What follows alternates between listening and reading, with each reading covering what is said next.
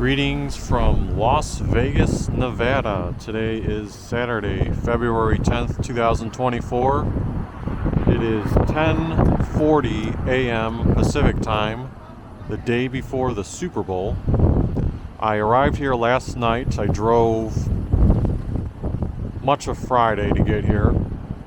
And because prices of hotels were going to be expensive for the Super Bowl weekend, I looked up and there was this place called Sin City Hostel, which is right here.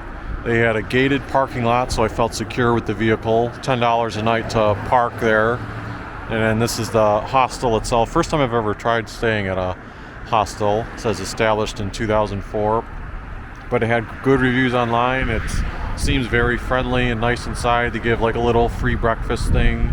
Like I had a couple pieces of toast. They have a banana. I think there's one or two other fruits.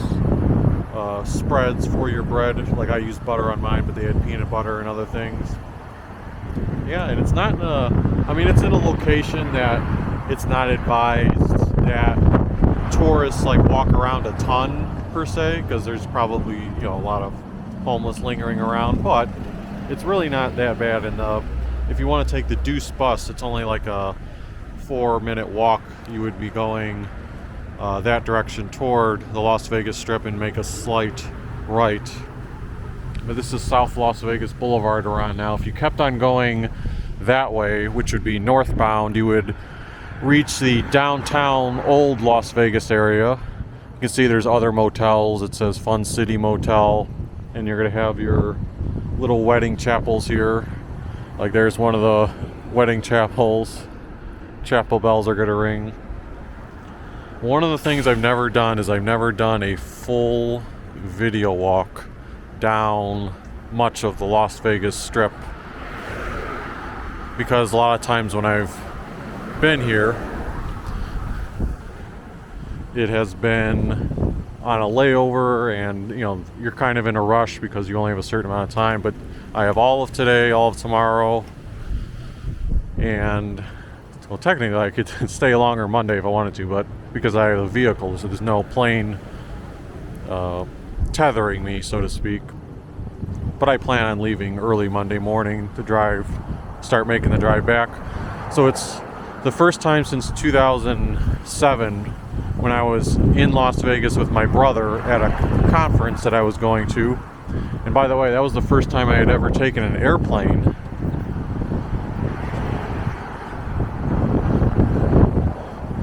Or been out of the state of Ohio back in 2017.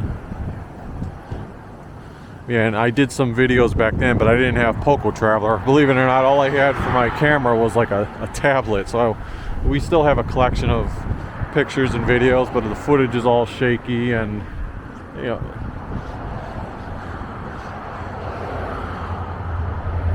over there across the street, a fun little trivia thing, Little White Chapel.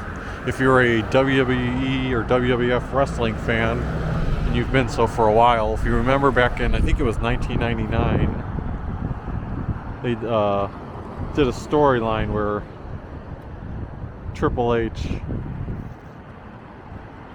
Stephanie McMahon was supposed to marry a wrestler named Test for storyline purposes again. But then Triple H, was a rival, so he ended up when she was, it's gonna sound terrible, but when she was either asleep or drugged or something, did a drive-through wedding to her. So they played that out via the storyline. But that's the location where that took place.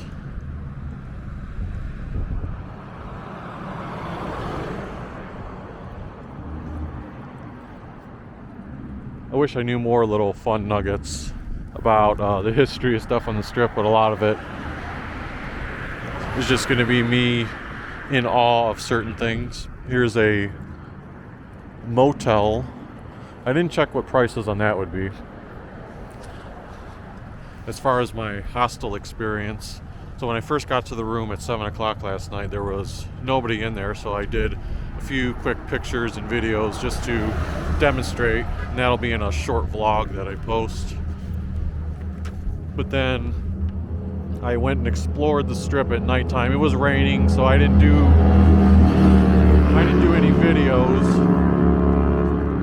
except for I did a video inside the Bellagio Conservatory, since that was something I could just get out of the way and knock it out for the Lunar New Year. But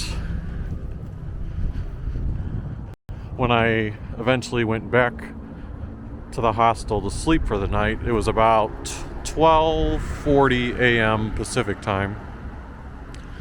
And then there were, I believe, 5 other people in the room. It seemed like most of them had just gotten there relatively soon. They were just kind of chatting with each other. I'm not really, believe it or not, even though I have Poco Traveler and I narrate nonstop, I'm not one that typically initiates conversation with others. So like, they were conversing and then, they said hello, just asked where I was from. But then after that, I just pretty much went to the bed and was surfing on my phone while they chatted for another 20 minutes, and then they all went to bed. But yeah, it was my first time in a hostel, so far it's been a good experience. No issues with the people staying there, and location was safe. I took a shower this morning. There's a shared shower for the room that has 8 beds in it.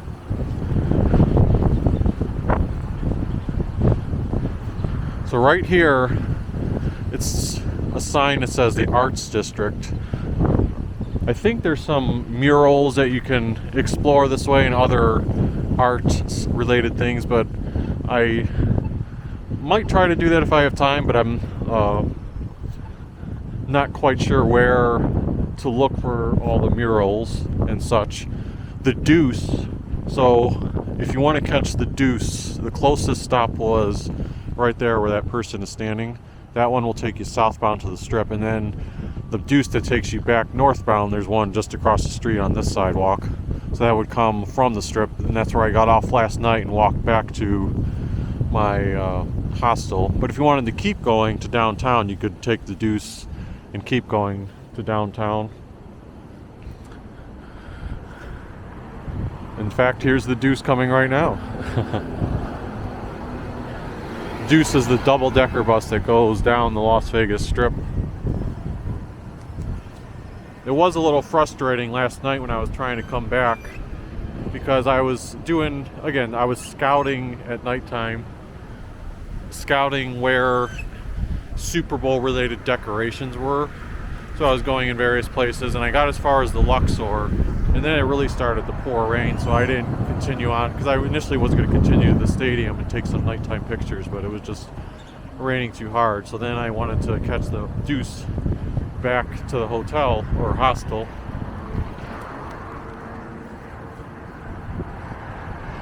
You can get a glimpse of some of the artwork that's on those buildings. So I'm sure if we kept on exploring the art district that way, you'd see similar things. But anyway, as I was looking for the Deuce, I went across the street by Tropicana, which is, they're supposed to be closing that casino and tearing it down, I believe, in a couple of months, to make way for the potential Oakland Athletics new baseball stadium. I guess maybe the I don't know if they've determined what the name will be, if it'll stay the Athletics, but it sounds like the Oakland Athletics baseball team is going to have a new stadium where the Tropicana site is. But yeah, I went to catch the Deuce there, and they kind of had the bus stop barricaded off, and when I had to make a detour just to get to it, and then when I got to the bus stop, it said this stop is closed due to construction. So then I figured, I know there's a bus stop by MGM Grand, but the way the sidewalks are oriented there, you have to walk on like escalators that take you up into the air and walk the bridge and then walk it back down to the street level. And then I was looking like, where the heck's the stop for the Deuce? I must have just overlooked it. I don't know. I swear I didn't see it. And then I kept walking for where the next stop would be at Polo Towers, but there was construction there, so I think that bus stop was out of commission. So I eventually kept walking and caught it by, I don't know, it might have been Flamingo.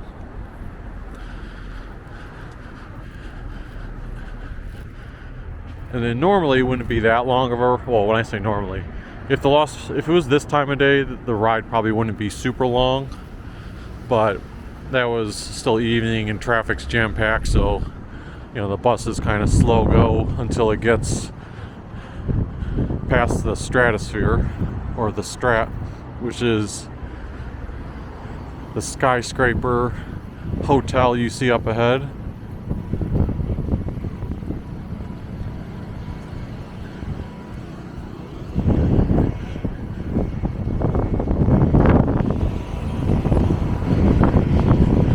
By the way, the temperature when I started this video was 48 degrees Fahrenheit.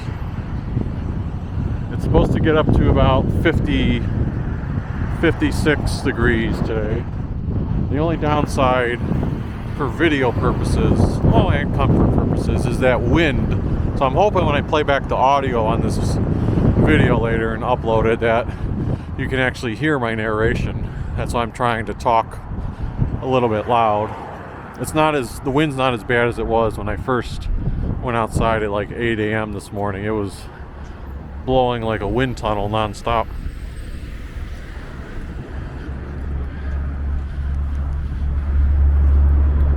Now keep in mind, oh, by the way, look, there's a big tour bus if you want to take a tour bus in Vegas.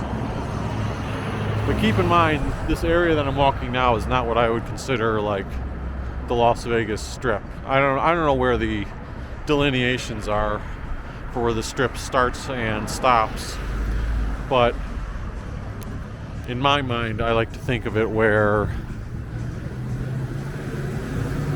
I typically think of the Strip as starting where MGM Grand is, like the main part of the Strip where MGM Grand is, all the way to like the Wynn Hotel. And then after that, it has extended a little bit. You have Resorts World, which is a bigger new hotel over the past couple years. And then there is Circus Circus and the Strat. So the Strat's kind of the final big hotel. That's what I think of as like the extended part of the Strip. And then everything in between, again, this is all in my opinion, my perception, is that it's just stuff in between until you get to downtown Las Vegas, or the old town Vegas. You can see the mountains all the way over there. I'm considering Sunday morning taking a bus out to a place called Summerlin and attaching a bicycle to the bus.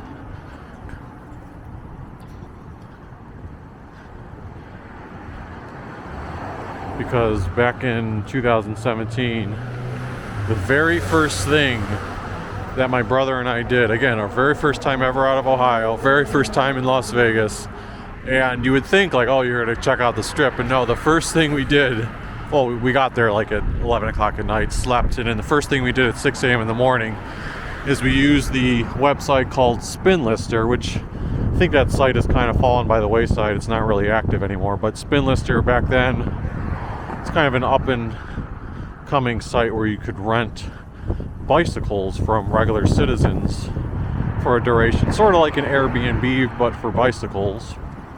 So we found someone, and we rented bicycles for one day from him. So that was like at 6 a.m. So right away instead of exploring the Strip, we bicycled away from the Strip all the way to place called Summerlin. Initially we were thinking, oh, maybe we would go to Red Rock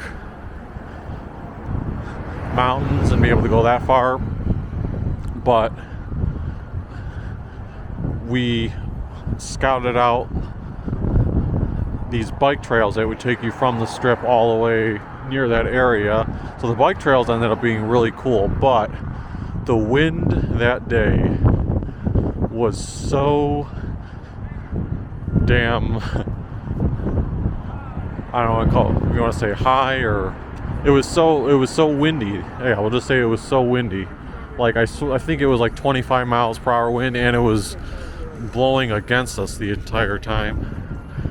So because it was blowing against us, it made it very challenging to pedal. And it didn't look like a hill that we were biking up, but there was this slight incline, the slightest incline. So when you factored in that slight incline for a 25-mile stretch, plus the wind blowing against us, and we were, you know, perfectly in shape, but we were just like, oh my god, like it was huffing. It was like a big time workout to get all the way there, and it took a little bit longer. And then when we got out there, we ate lunch at Summerlin, and we just looked at the time, and we were like, because I had in a couple hours, then I had my first conference event was starting, so I was like, unfortunately we can't go to the Red Rock Mountains. We gotta go back to the MGM Grand, which is where we were staying. Let me turn around real quick and look at this decoration. City of Las Vegas. It makes for a nice picture.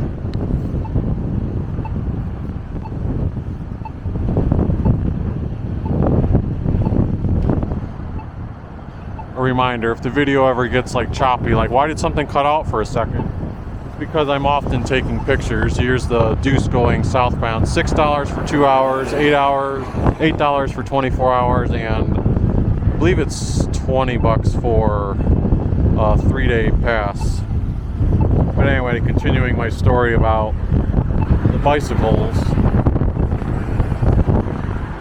we ate at, I think it was Red Robin Burgers in Summerlin. We got some stuff. We stopped at Trader Joe's and got several things because we knew prices were going to be expensive on the Las Vegas Strip. So we bought some food from Trader Joe's and put it in a bag, and we're going to take it back to our hotel room for the several days we'd be there. Man, wind is really whipping here.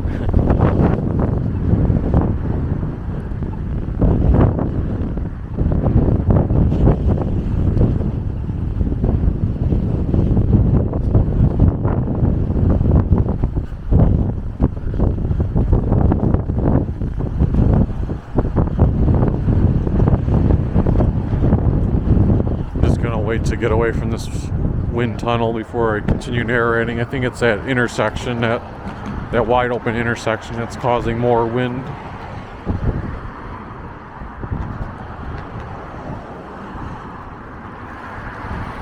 Alright, so the thing I was going to say was, finish the bike riding story, is that, so we finished at Summerlin, we were going to ride back to MGM Grand.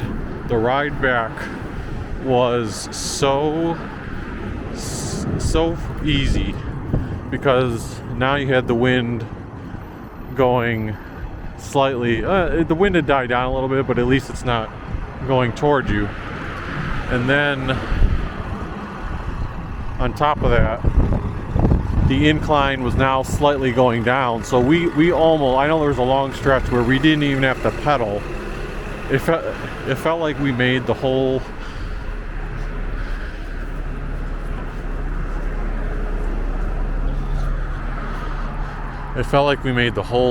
like 20 plus mile ride back without even having to pedal at all. So that was like so easy, but it's still, you know, interesting to see the bike route. So that's why I'm considering taking a bus out to Summerlin. That way I won't have to work out so much in pedaling there. The only downside is you don't get the view of riding toward the mountain. But I want to show that bike path because back then I actually tried taking clips with like a very, very old cell phone that I had, but the audio on them for some reason didn't come out, as we're below the Strat right now. You see here they also have this archway, the City of Las Vegas thanks you. So yeah, I might try that bike riding video tomorrow morning, time permitting.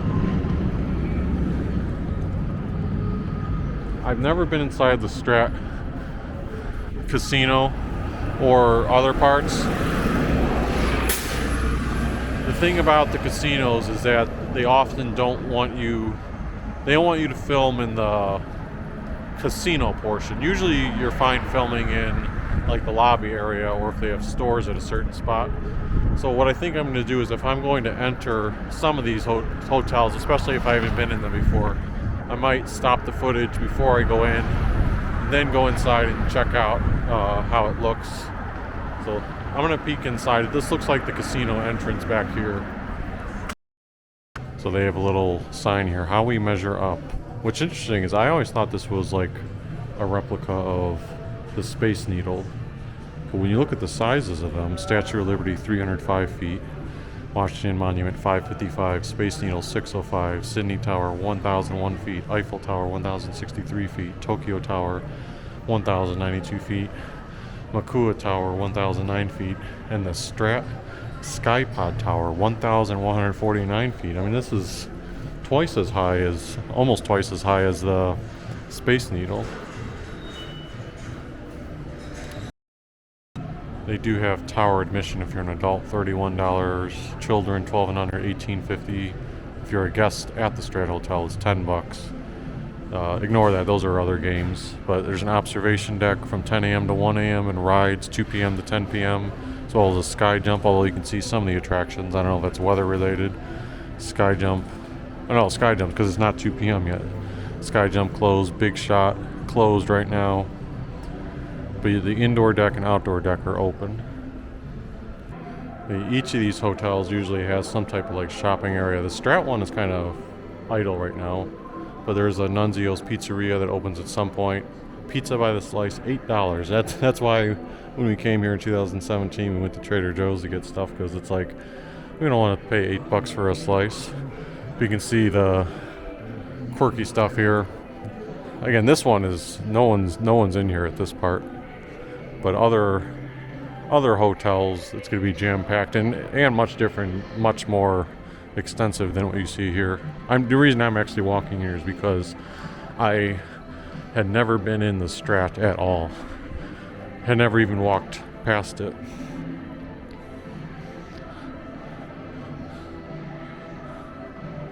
Alright, I'm going to go and head back outside. You can see as I'm exiting the Strat, they have a official NFL shop pop-up in the casino area. And many of these hotels do have some form of decoration. Like, for example, you can see, again, as I'm exiting the Strat, Super Bowl 48.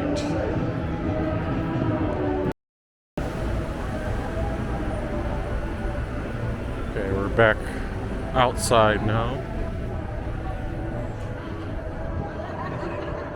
One thing for my viewers or new viewers, a lot of the ways that I try to support the travel for this channel is via the ad revenue from YouTube.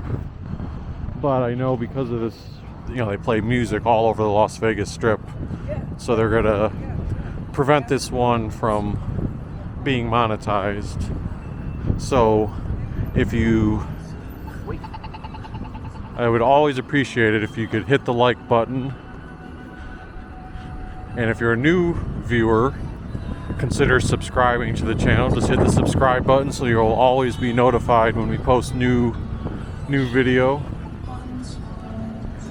and that way that'll help bring more viewers to the channel and make up for a video like this not being monetized, so to speak. As of this video, we're I think near, like, I should just check on my phone so I can give an exact number. We are at 2,291 subscribers, which is awesome. It's a slow but also good paced growth, because I always love when I'm getting more and more like comments on older videos where someone has just discovered them and they're leaving a comment saying, "Oh, I just discovered your channel, and this is so nice, thanks for showing the area," because I always love showing neighborhood stuff. Cleveland is the primary place I like showing stuff, but now I show a lot of stuff in Utah too, and anytime I travel somewhere I also showcase a bunch of stuff.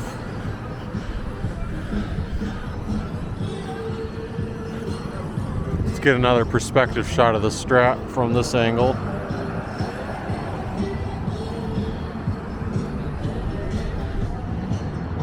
If you haven't noticed, I'm trying to make some commentary that isn't necessarily related to the Las Vegas Strip. That's because I know there's certain stretches where rather than just having you hear the wind blow and me say nothing, you know, I'm trying to keep it lively. Once I actually get to the area that has the Wynn and all the casinos up until MGM Grand, and even after that, you know, I think my commentary will speak for itself when it's talking about all the exhibits and decorations and hotels that we're seeing.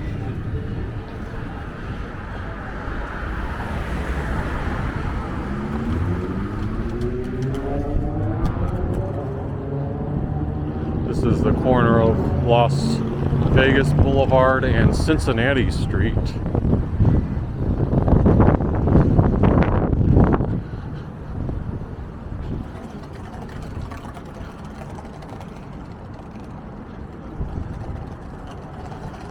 Super Bowl weekend, you would think that the Strip is going to be pretty crowded, but it's always hard to gauge on the time of day too. You can see this place here is coming soon, pizza and gelato bar, but then there's also a big Bonanza general store, world's largest gift shop.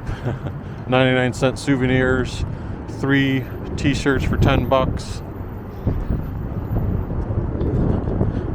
Yeah, I'm hoping part of the reason I waited to start this video too is I wanted to give it a little bit of time, close to lunchtime at least, hoping that when you get to the main part of the Strip that there's a good amount of people out and about.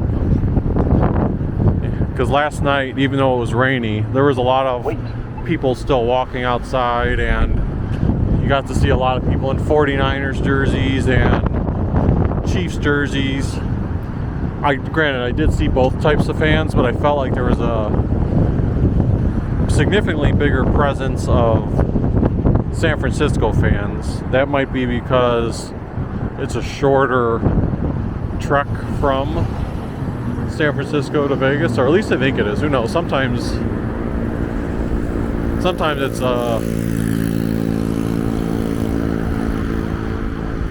you know, it could be a little closer than you think as far as the distance goes.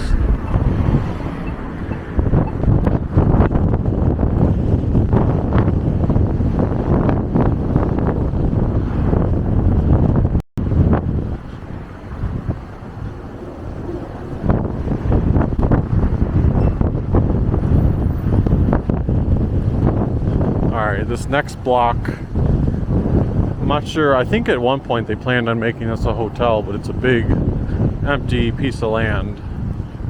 I don't know if they've used it for any purposes.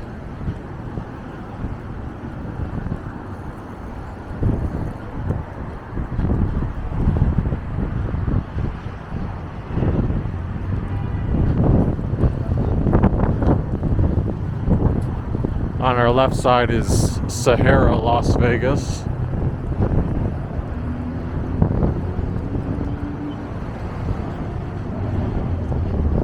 And where those people are waiting, that's one of the stops for the Deuce bus heading southbound.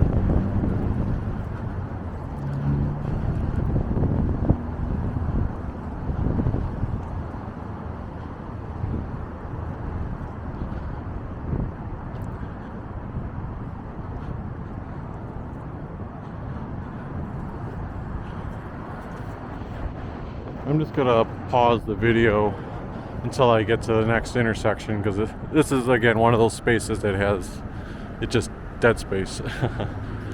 Alright, I lied. I actually can showcase something. So over there, it's a bit of a walk, but you can still see it, is the West Gate. And I don't know much about it other than the fact that back in 2007, when my brother and I were planning to go to Vegas, he looked on YouTuber, and there was this guy named, well, his channel was named The Trooper, and he was one of the first, or was like the first YouTube vlogger that I saw. Now granted, my style of videos are much different than his. His was more so going up, telling his poker journey down the, up and down the strip in a vlog style format, and he would do it very often. Mine is more exploration videos, kind of like inspired by Action Kid, who used to film in New York City. But anyway, we still watch The Trooper for all these years, and several years ago he started an event called Trooper Thursdays at the Westgate, where he actually would hold his own poker room, and like fans could come and play with him and stuff. And then a few weeks ago he actually moved it to Trooper Sundays. So when I was making this trip, I was thinking to myself, oh, I should try, like, I've never played poker for money. So I was thinking, oh, maybe I can do try to sign up for a Trooper Sunday. That would be fun for like video content. And he usually vlogs it too. So I thought, oh, I can appear in his vlog for a second. Maybe, you know, I'll show it in mine. But then I looked at his schedule. He must be busy this week, because he shows the dates for the following 3 weeks after this Sunday, but no schedule for this coming Sunday. So I was like, darn it. Maybe he figured, or maybe because of the Super Bowl it just wasn't available. I guess that's a good point.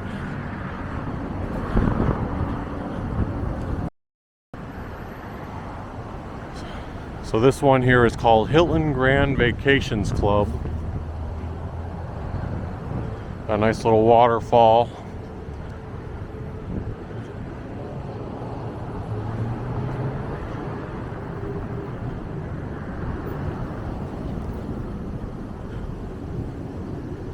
I'm not sure what this building is to the left of us. I wonder if that's the unfinished building. Again, I'm not up to date on my construction projects in Las Vegas, but I know there was a few years ago some type of building that the construction was like pretty much all done, at least of the exterior, but then something fell through and they kind of abandoned it. So maybe that's it, because otherwise you'd think there would be tons of signage on it.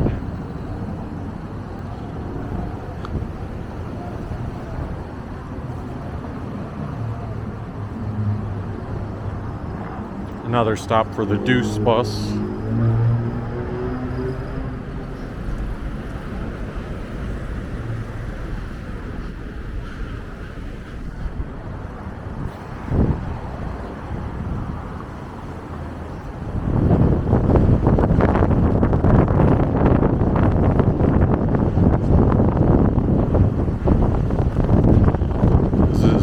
Intersection Sky Las Vegas Drive.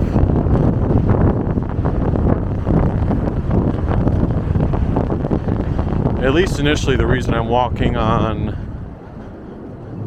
let's see here, if that's the south, if that's considered south and this is north, let me think about this, north, so this would be west. So we'll call this, the reason I'm walking on the west side of the street is most of the hotels I want to point out in a closer fashion before the Wynn Hotel are on this side of the street, like the Strat, Circus Circus, and Resorts World.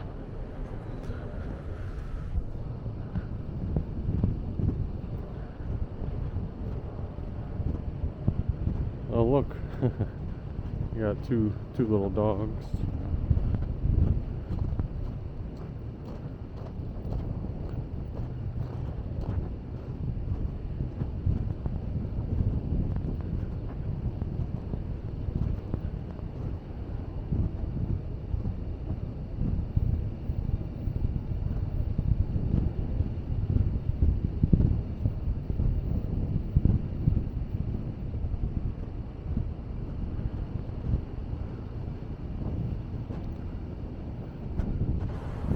Circus Circus is another one I haven't been inside before. But it looks like they have no shortage of rooms. Look, there's 3 towers. There's one there, one there and one in the front.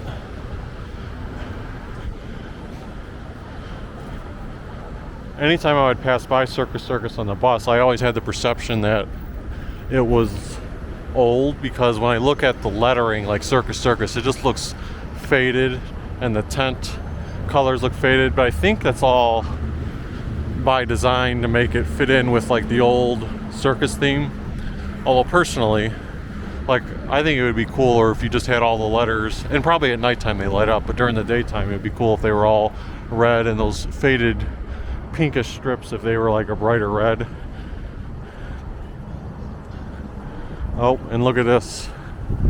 Up ahead, coming into view, is the Las Vegas Sphere. Before I get to that, let's look at one of these mini marts. So if you're ever in Vegas and you don't have clothes, they're not too expensive to just buy a couple t-shirts, even long sleeves, 3 for $10.97.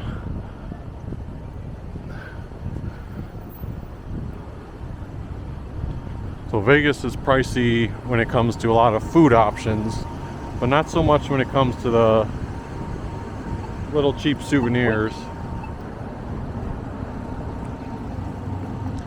Oh, you can see again, they've got the NFL logo on something with the sphere right now.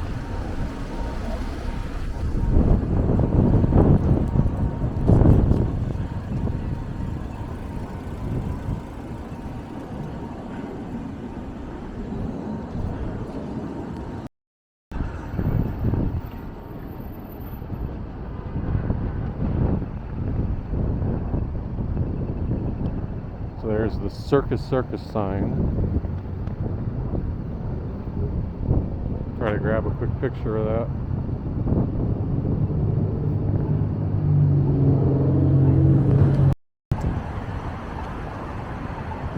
Also says there's a Circus Circus food court that has a lot of the familiar options, so you might actually get good prices at this food court. Burger King, Dairy Queen. Well, Dairy Queen says coming soon. Krispy Kreme, Del Taco, Popeyes.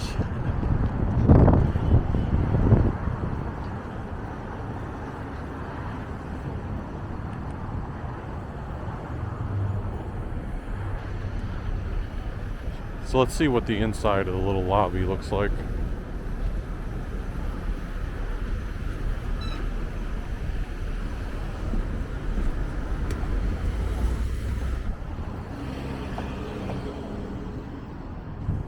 There's the newest big casino, Resorts World.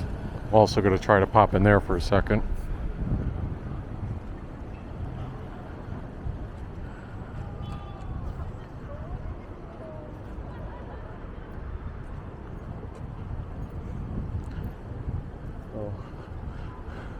The pedestrian sidewalk to get over to the front of Circus Circus isn't the most friendly.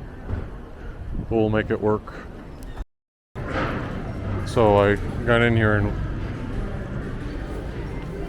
checking out this upper level that says the Midway.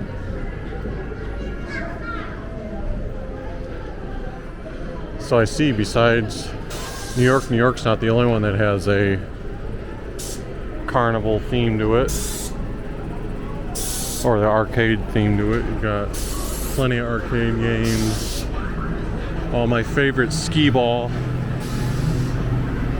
And this is more, I think, even more, way more extensive than the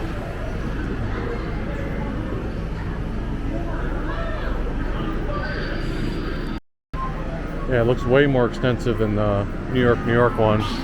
Again, the skee ball.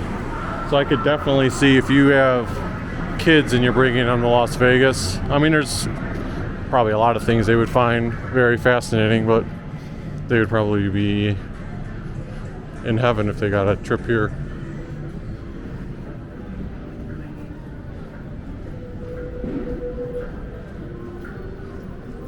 Although there's not a ton of kids, or any kids really using it right now.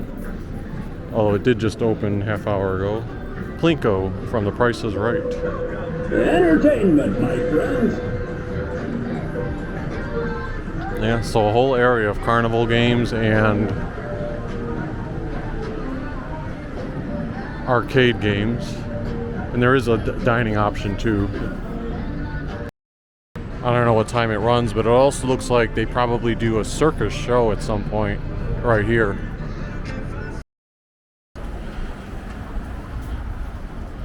Another type of gift shop that we're passing by here. Got the Circus Circus back there, and then now we're on like further past the West Gate. You also have a giant Las Vegas convention center here. I know there's a lot of convention centers in Las Vegas. Like even when I was having my conference event in 2017 at the MGM Grand, they had a small conference.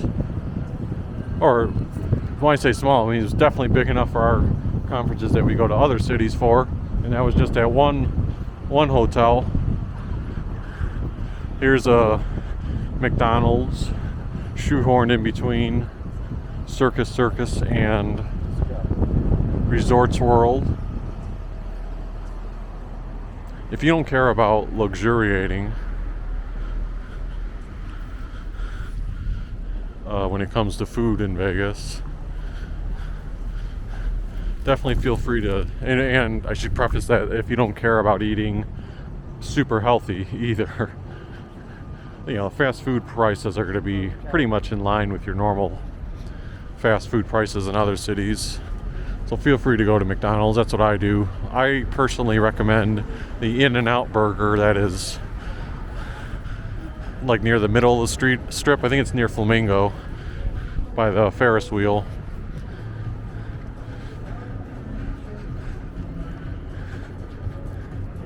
Resorts World.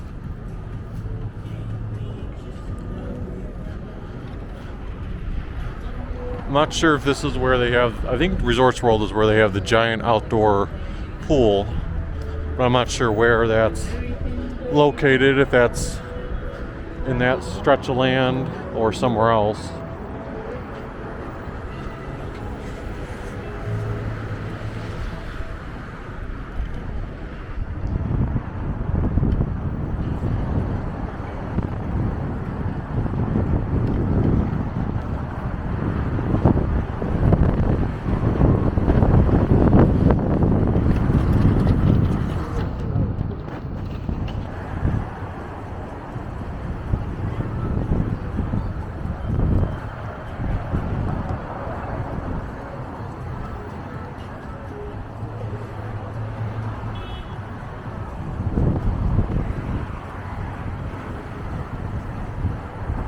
I also don't know where the quote front entrance of Resorts World is because it's so big. Across the street you start having some places like a regular old Ross Dress for Less. There's a 7-Eleven, a Denny's restaurant.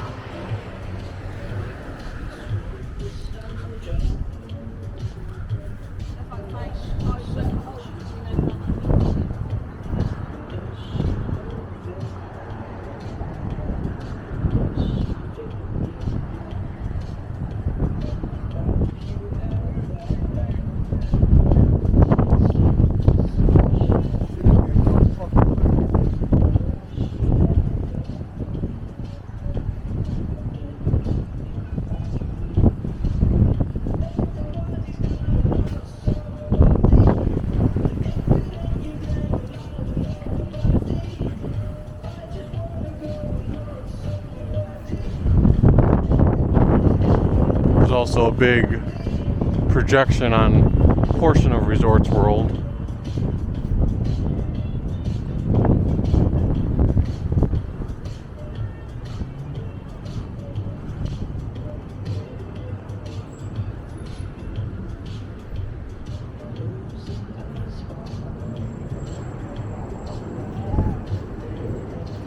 Weather's starting to get a tad warmer. That's why I had layers, because it was still too chilly this morning. So I got a t-shirt, then I got this orange thing that I can take off The reason I like keeping this jacket on, even when it's like 50 degrees or so, it's lightweight, but it also keeps you warm. But I love the pockets for keeping my cell phone secure, and the zippered pocket on this side for, if I'm carrying another device with me. So let's see here. It says the district, restaurants, retail, and nightlife. Just take a quick peek inside.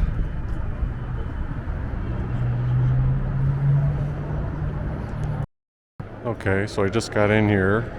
First time being inside. Got some fancy decorations. A Stardust sculpture. Resorts World is built on the site of the legendary former Stardust Resort and Casino. So I guess this is preserved from that. And you've got this big inside sphere. So it's like a mini sphere essentially of what's that huge one not too far away on the outside. Or they get to run promos on there. This looks like a little shopping mall. You got nightclubs down there.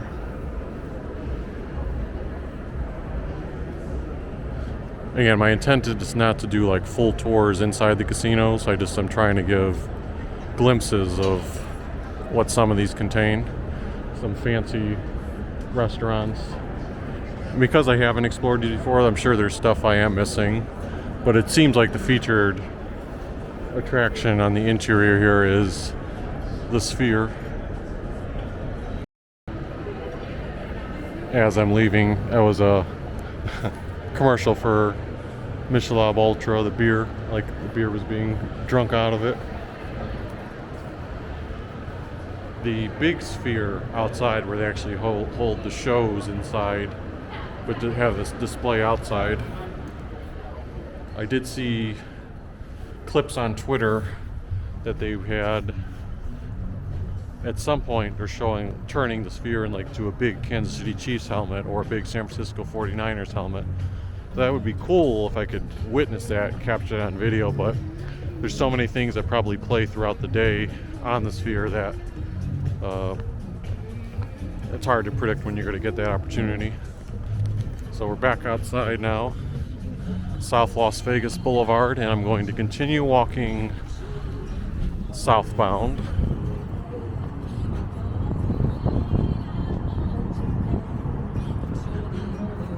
This video probably will take a few days to upload because of how long it's going to be and the 4K quality of the content. And I actually probably don't have enough space on my laptop that I brought with me. I forgot to bring an external hard drive to connect to it for potential bigger videos.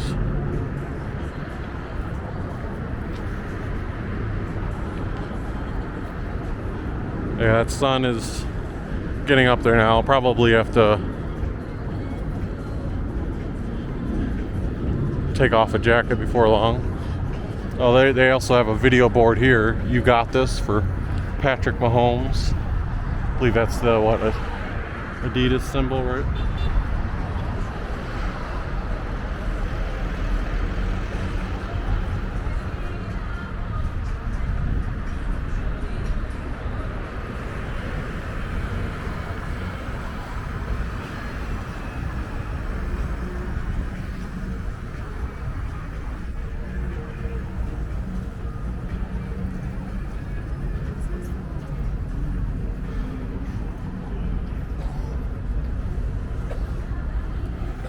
Over there, a little bit off the strip, is the Trump Tower. Trump Tower in Las Vegas. And then over here on our left, you have Encore and Wynn. I believe they're kind of both by the same owner. You also have a little plaza over there. And interesting, I've never seen that. There's like a unique looking church.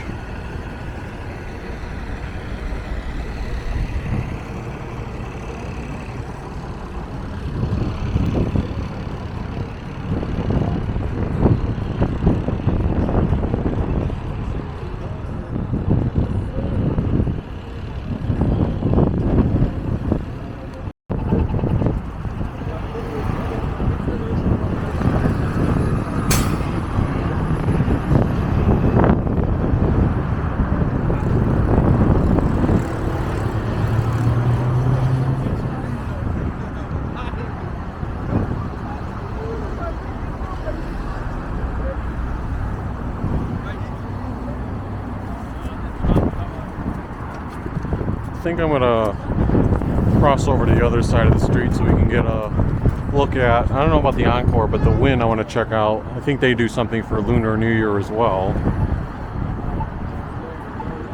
So the crosswalk for the Wynn is right over here, or Encore.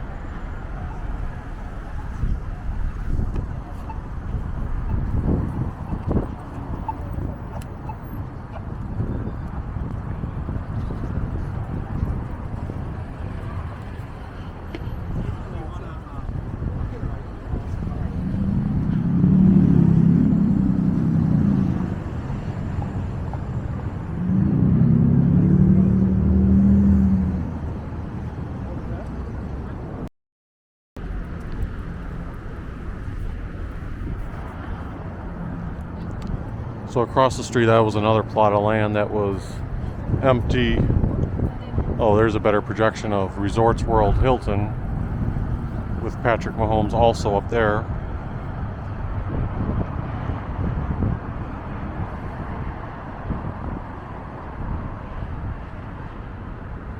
But back when my brother and I, again, sorry I keep using it as a reference point, but it's been 7 years basically.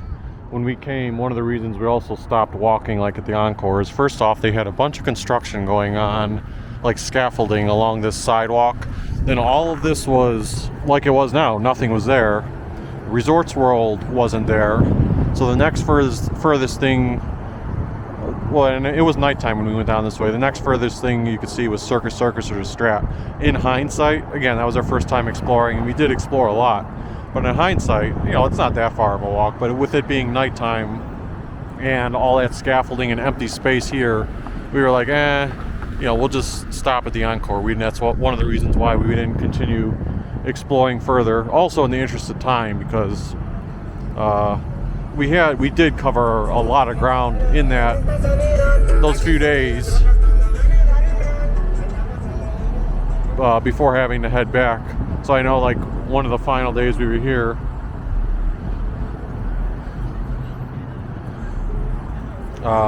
we went out to the downtown area to check out that portion, but we only had like 2 hours of time to do so.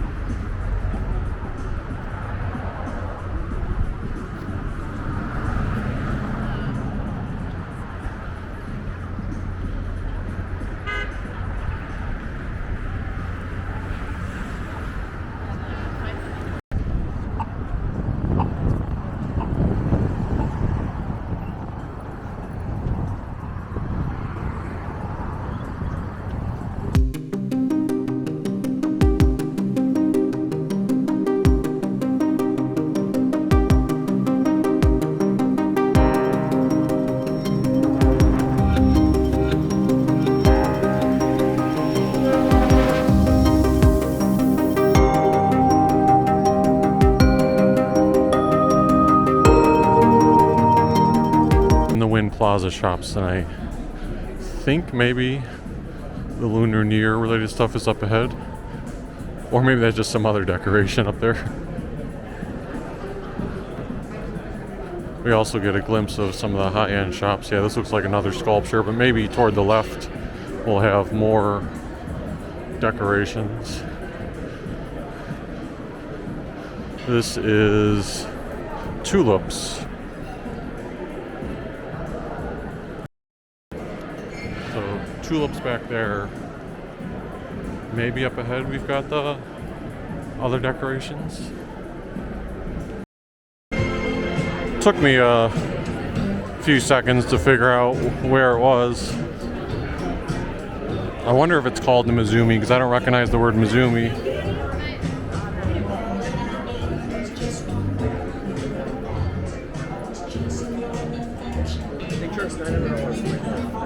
I'm not clear if they changed this exhibit, sort of like the Bellagio Conservatory, but I definitely know they always have like a Lunar New Year presence here. Or they probably do change it.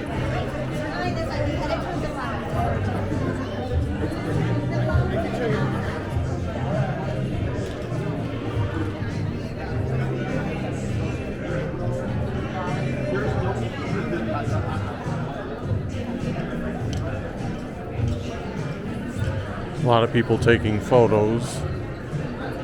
So let me try to weave my way around. See 49ers fans. Oh, I forgot if I mentioned it earlier, but it seems like there's a lot more.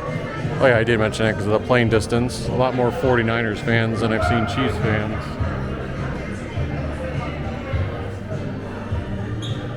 This is the Smiling King Bear 2017. I don't remember when I was here, so maybe later in 2017.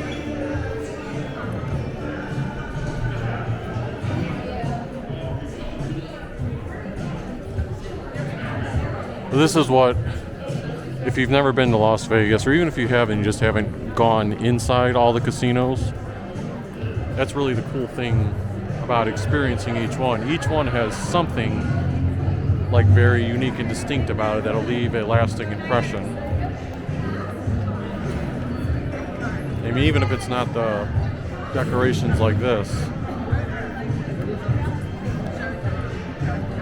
you've got other unique things. Like, look at these decorations hanging from the ceiling, and there's a bar down there. Oh, and the exhibit continues over here. I forgot about that.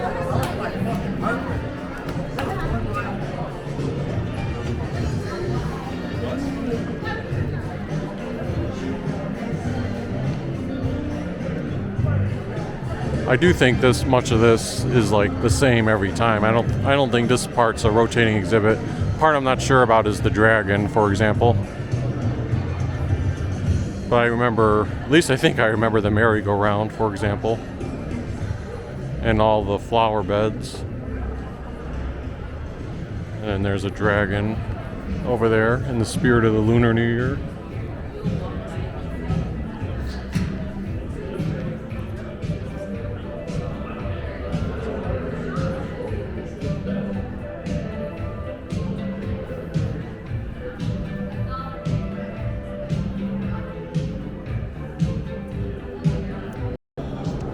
So now I am exiting. I think I'm exiting the Wynn, but who knows? I may have actually backtracked, and maybe that was inside Encore. I'll see when I get out closer to the street what the sign says.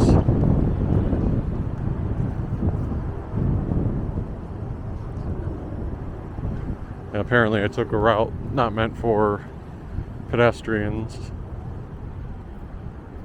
But again, as always, we'll make it work.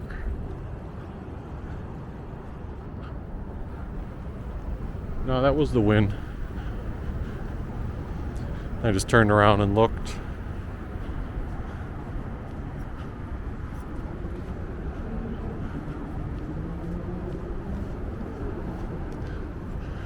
Across from us,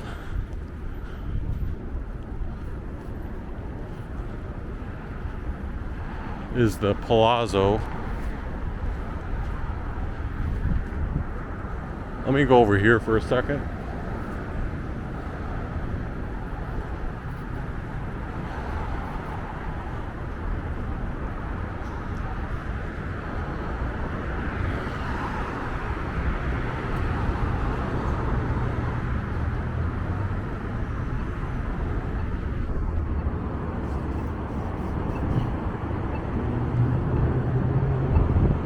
Oh, I see. So I just exited the backside of the Wynn Casino. That's why I didn't know where that exhibit was.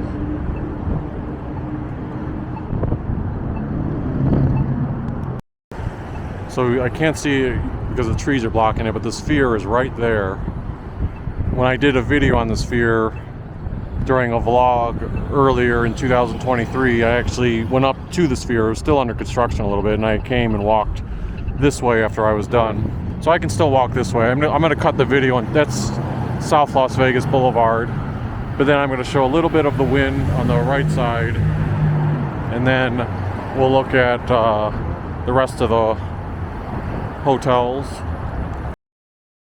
There you go. You get a better shot of the Sphere here. Also, that's a key point for someone. If you want a good shot of the Sphere, you can go on this bridge over here. I'm going to go over there in a second, but first I wanted to point out they do have a nice waterfall area here too, and I believe I did feature this during my vlog, which was a much hotter day that day in 2023.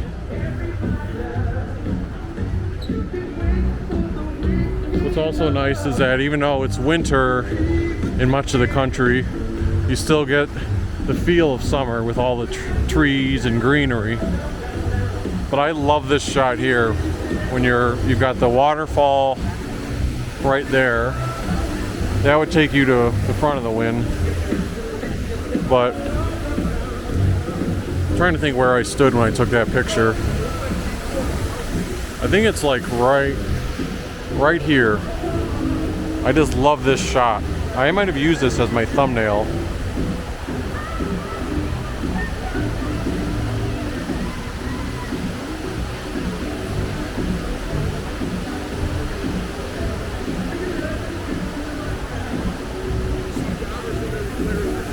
Beautiful watercolor too. There's some things I'm not going to be able to cover because of the depth of it, but there are some fashion show shops over there like Neiman Marcus. To a degree, you get a little redundant on that because a lot of the hotels have the high-end stores in them.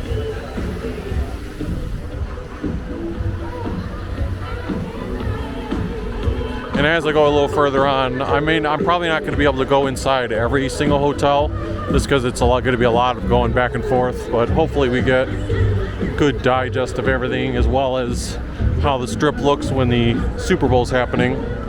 Now that we're at this part, you also get to see an example of the Super Bowl signage that's on the bridges.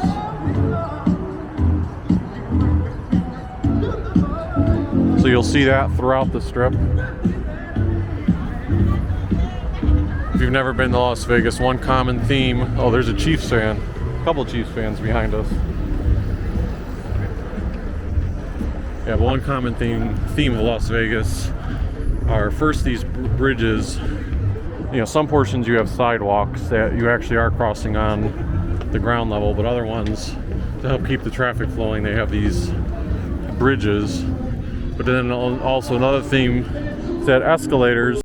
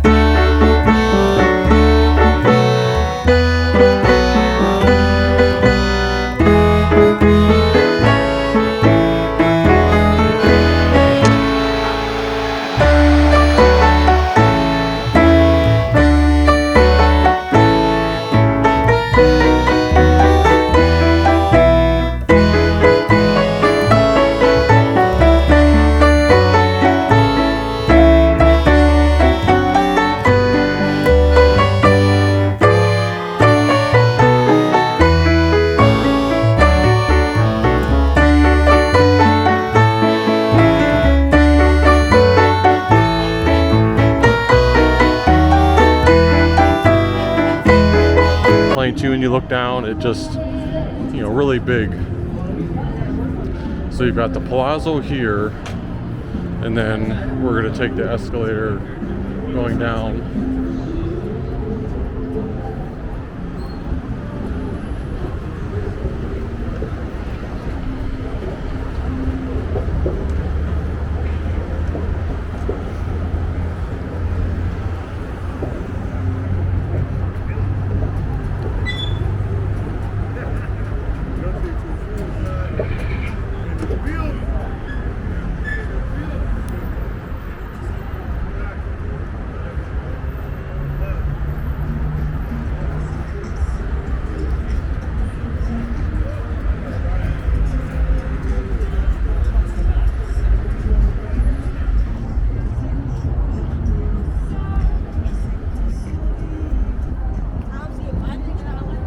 Treasure Island has sort of the pirate ship theme. They used to, back in the day, do, and colleagues told me this back in the day, they used to do free pirate ship shows, like at nighttime, similar to how the Mirage Volcano does a show, or Bellagio Fountains do a water show. They would do like a pirate show on the ships, but they discontinued that, I guess, a long time ago. But the structures themselves are still there. And then there's a restaurant, Senor Frogs, Mexican food, Fiesta.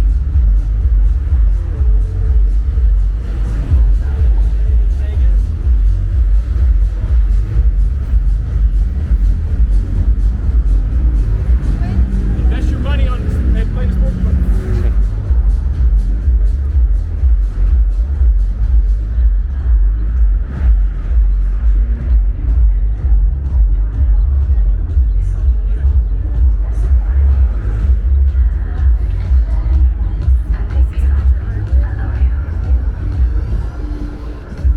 As far as when the NFL Super Bowl stuff kind of begins, as far as like, oh, what's new in terms of decorations, I would say it's at the Mirage, because they turned the volcano at the Mirage into the Paramount mountain. So they redecorated the outside. Instead of a volcano, it's a mountain, and it's actually closed off with fences. And you're supposed to be able to pay money to get tickets and experience some type of unique Paramount show where they have like a lot of themes. I thought I read online there might be like a mini gondola lift that you can take, but I don't know if that's decorative or if they actually do take the people up like to the mountains a little bit.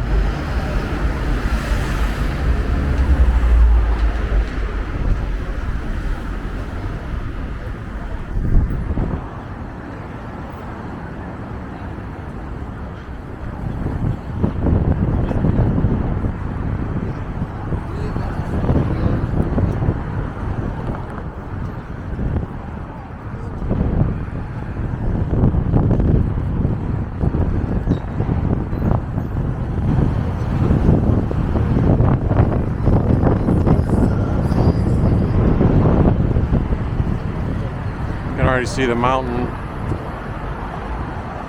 by the Mirage, if you're familiar with it.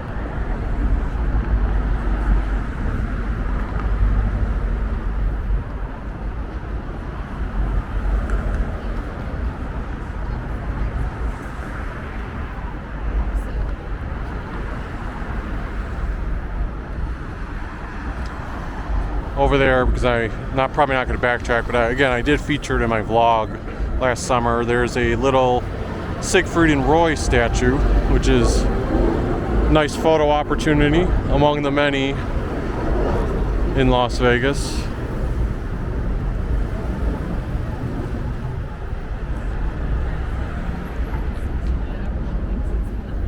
And then right here is the Venetian.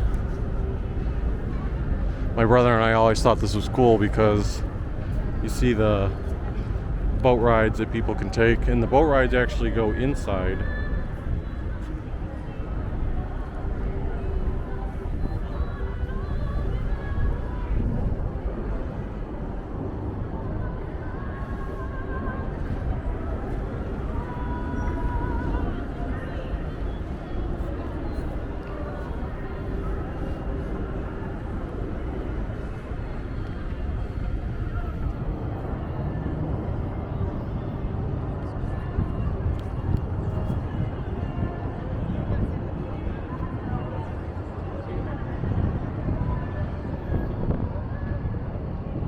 gonna briefly try to go inside so we can get a glimpse of what I was referring to, the boats being done inside.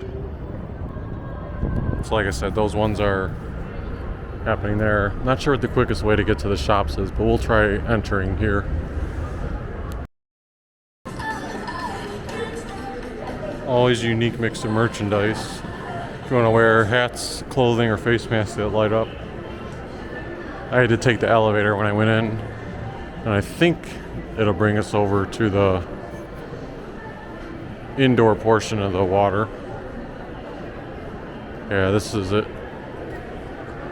And I also love how you have like the sky making it seem like you're inside or outside. So this must be where, you know, the access from the inside to the outside, or the rides start. You start over there. They take a lot of pictures along the whole way.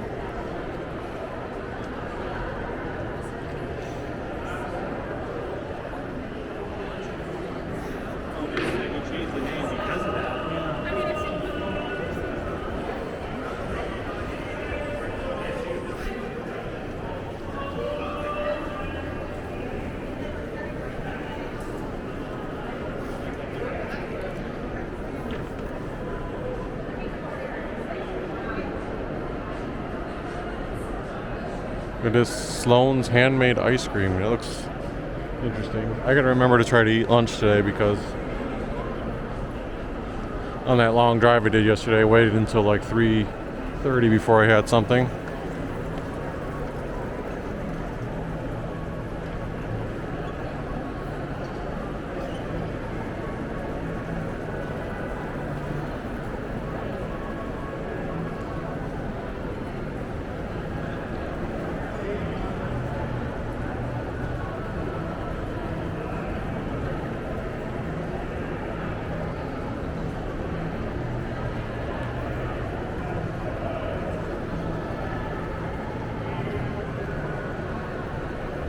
One boat coming in, one going out.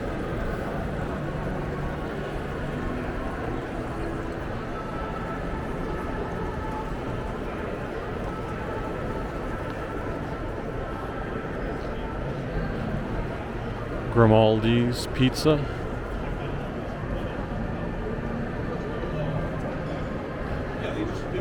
I'm not sure how much further you can go to explore it. I think this might be the extent of it. Oh no, there is some way to get over here. Yeah, we can keep walking.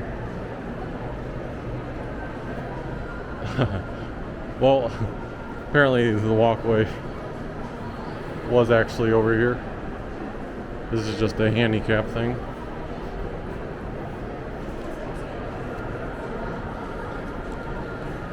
I thought this was it at Shoe Palace. I didn't realize it actually turned toward the left.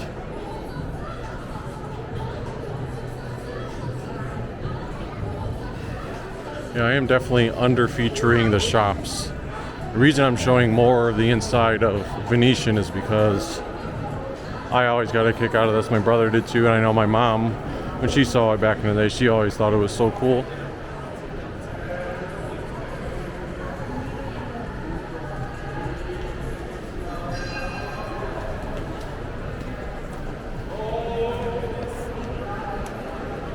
Alright, this might be as far as we can go. Yeah, I think that final one there might take you outside.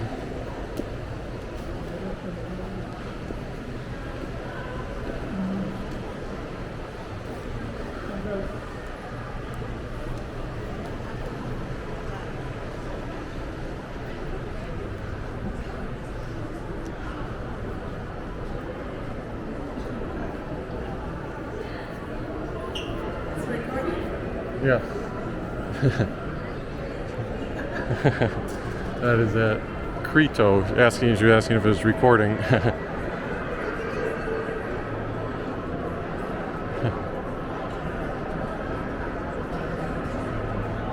Look at all these dining places, again making you feel like you're, imagine if you're sitting down and you look up to the sky. Doesn't that look so real?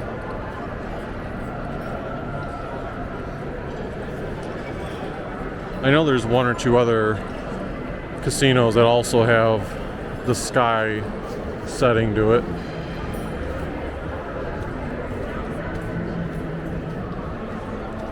I think before I go back outside, I'm going to shed one of my jackets. The lobby of the Venetian, as I'm trying to exit, is very nicely decorated too. The signs say You're the Dragon, and they've got this beautiful mural and artwork.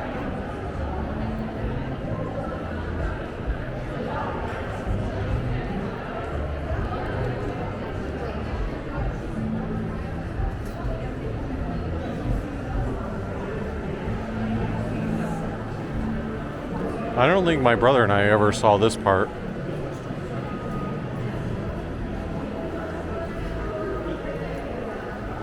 Venetian, and then over there at the check-in area they actually have a big map of Venetia.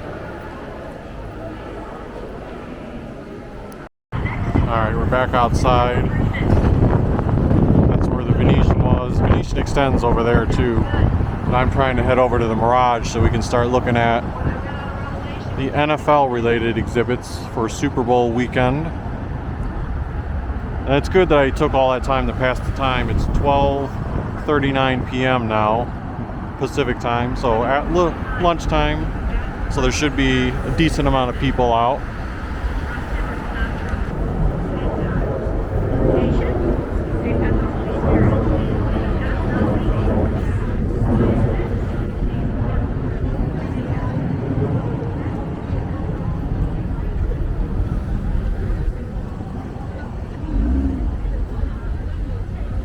You can see they've got big lines for the exhibits waiting over there, and also some there.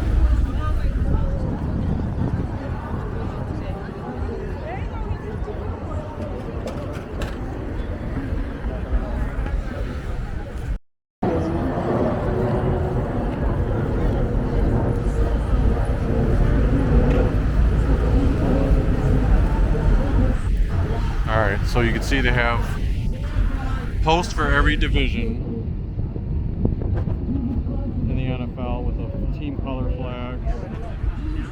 And you see that Paramount logo behind the fence? If you were on the other side of the fence, there's supposed to be like a photo opportunity where if you take it, it's positioned like with the mountains in the background. It's supposed to be the same thing as how that logo looks whenever they're doing, like, you know, Paramount films before a video. By your society to believe that you can believe whatever you want to believe, but the same society is telling you you're not to Pretty believe big line for it. like homosexuality is still a sin.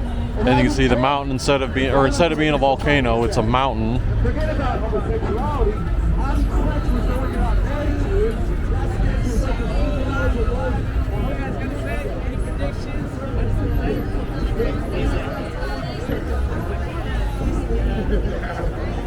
Oh, my shoe came untied, so let me quickly tie that. My shoe is secure again. So I don't know how long the wait is for all those people that are in line. It looks like you check in here. I know there's a QR code there if you want to book your time on the mountain.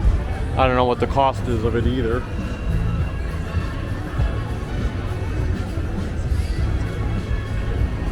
Over on the left side, you're going to have Harrah's over there, but there's also a Walgreens, White Castle, Casino Royale, sort of a mini thing.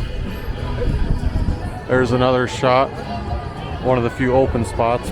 There are, like I said, there's a bunch of exhibits within this, so it's not just like, oh, go in and take a picture. There's supposed to be like a whole thing you're doing with several of the TV shows featured.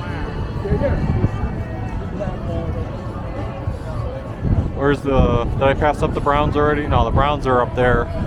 Unfortunately, our flag has been wrapped around, as have many of the other ones.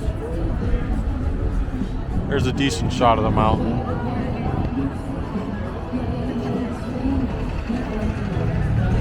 I think each of those things, like, they may take people into with little video clips, but I'm not 100% positive. So AFC North is the final division here.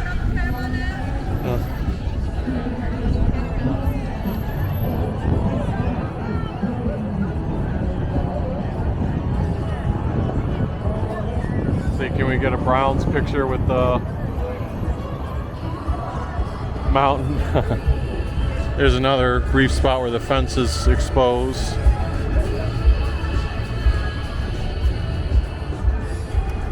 Yeah, I thought there might have been, like I said, something where a gondola takes you up, but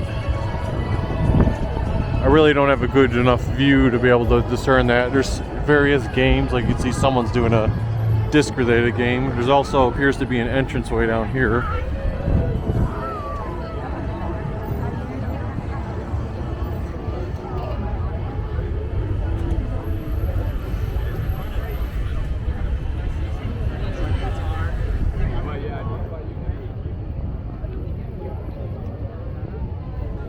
Oh, there is I don't know if they actually put people in it or if it's decorative, but there is a Paramount like gondola back there. Whether it's operational, decoration, hard to say. I'm sure someone who experiences it will post a video on social media.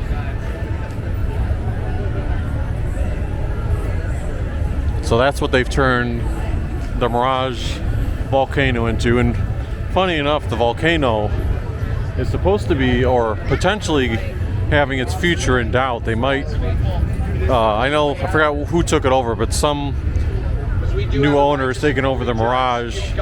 So there was speculation that they might get rid of the volcano in the future altogether. There's a cool McDonald's arch sandwiched between Harrah's and the Casino Royale place.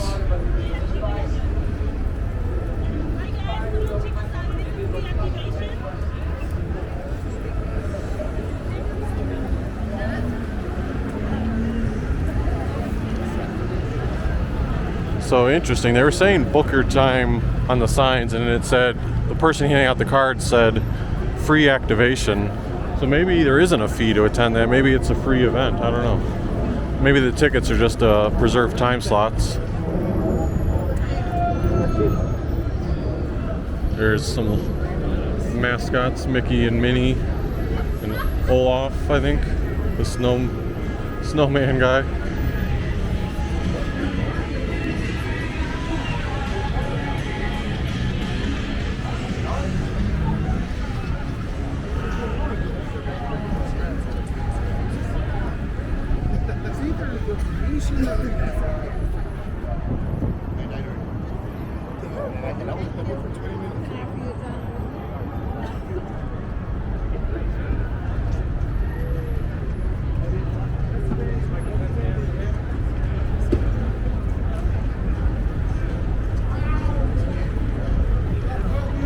Up next is Caesar's Palace and the Forum shops at Caesar's.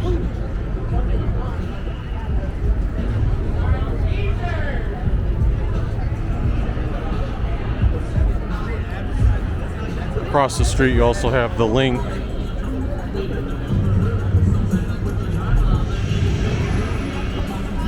Oh, look at this.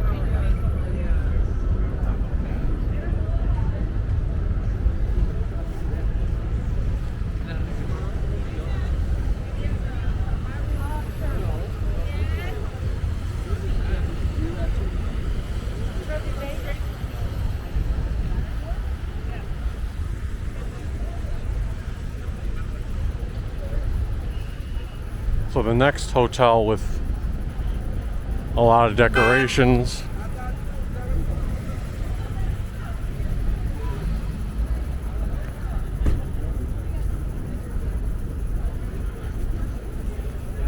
Next hotel with a lot of decorations is Caesar's Palace.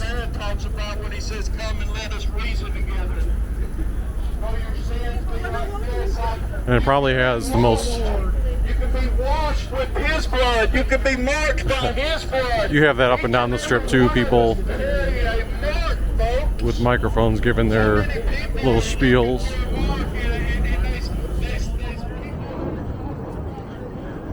But there's several decorations on related to the Super Bowl here. I took several pictures of them at nighttime yesterday, but now we'll get them on video during the daytime. I imagine the crowds near some of the signs, particularly the one on the being a little bit beyond Hell's Kitchen, is going to be too crowded to get a selfie with in the daytime.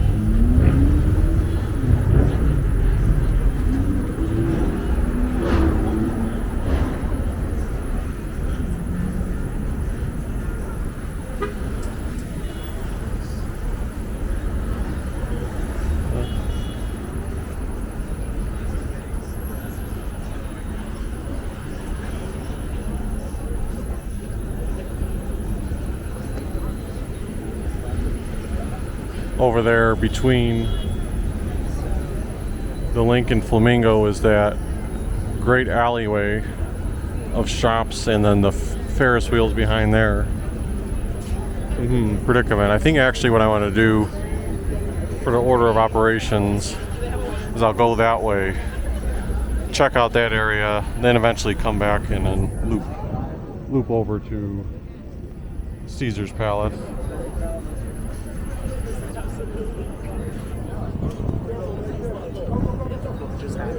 I was like,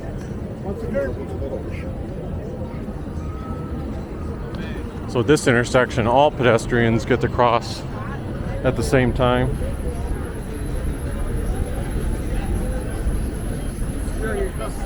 So if you're coming to Vegas for the first time, one of the, I'd call it a hidden gem, so to speak. A lot of people know about it, of course, is this alleyway between the Linq and Flamingo. And if you're ever confused, like, where is it? Just look and try to find the Ferris wheel and know that once you see the Ferris wheel, you're lined up with it.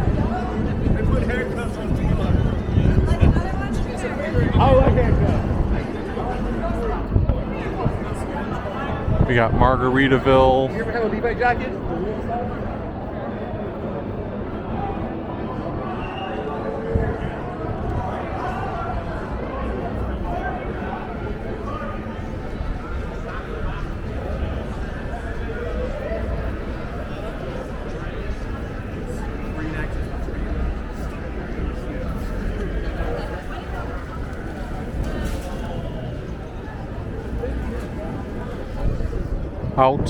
Oot Doggery, hamburgers and hot dogs.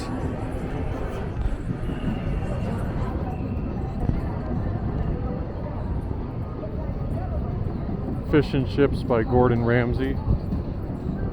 Then over on our left you've got Sweet Sin, desserts, gelato, macaroons, and crepes. The entrance to the Flamingo.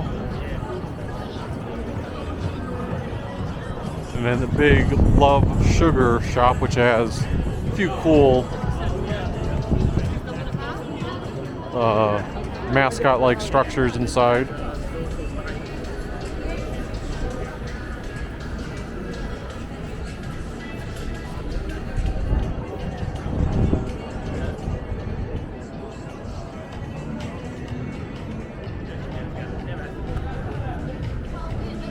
This is like a strip off of the strip.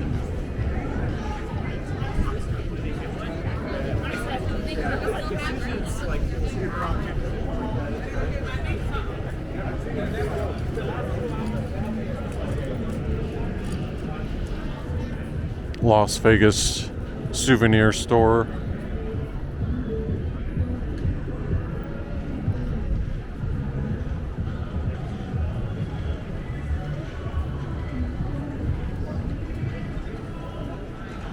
More places to eat. It's also a place during the summertime that it could offer some nice shade in between the buildings while still being outside. And I don't think they don't have them up now, but during the heat of the summer, they have these misting machines all over the street, so that helps keep make it cooler on a hot day.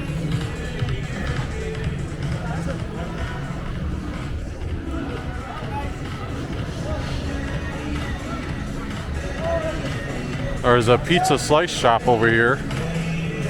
Oh, you can get the full restaurant, but I'm curious what the pizzas by the slice cost. Looks like it's $9.17 for a slice. I'll say no thanks. This is my recommended go-to spot, the In-N-Out Burger.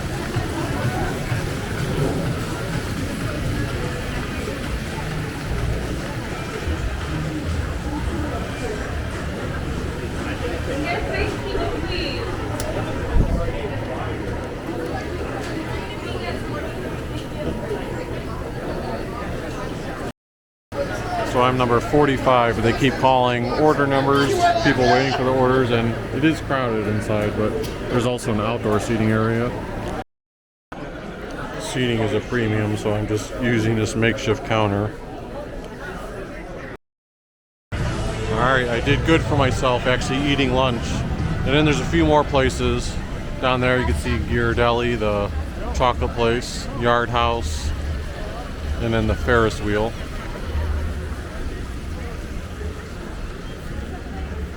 So now I'm gonna head back to where the Caesar's Palace decorations are. It's also cool when you see this, the people watch and see like all the NFL jerseys and decorations. I might actually pop into one dessert place, not Sugar Factory, but the other one that said crepes, just to see what type of pastries they have and what the cost is. When I was in downtown Las Vegas, my most recent time, there was some donut place there where I enjoyed the donut, including an Oakland Raider, like poop-shaped donut, I think it was.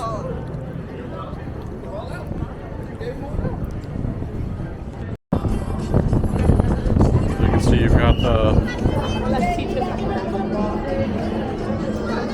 police trying to stop us. Police in quotation marks, of course. Oh, the light changed. Let's try to hurry up while we can.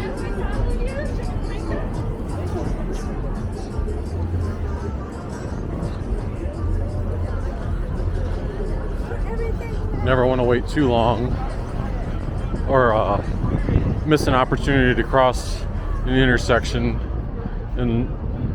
on the Las Vegas Strip, because otherwise you'll be waiting a couple more minutes to cross.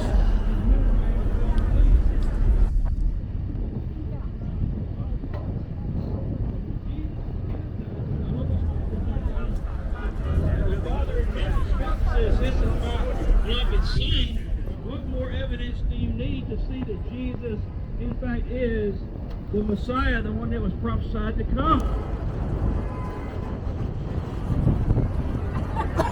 And immediately after Jesus was baptized, it drove into the wilderness.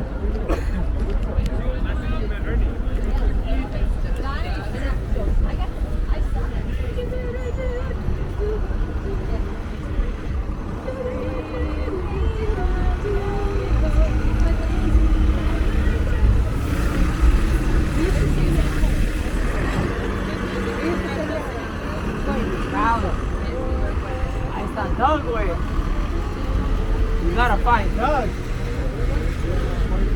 gonna be done like 4 hours the other way, you know. There he is.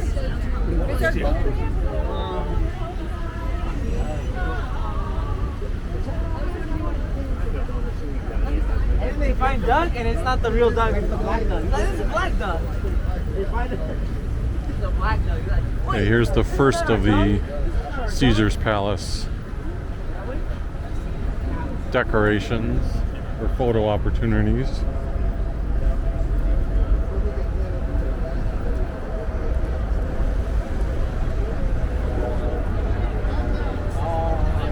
They actually have an organized line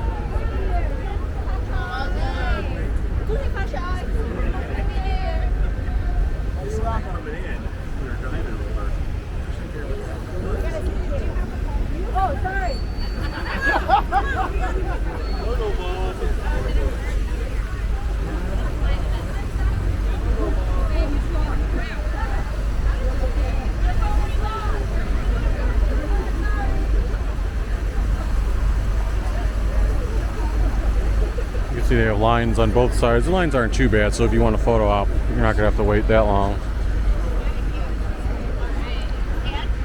I don't know if they had the chair there when I was here yesterday.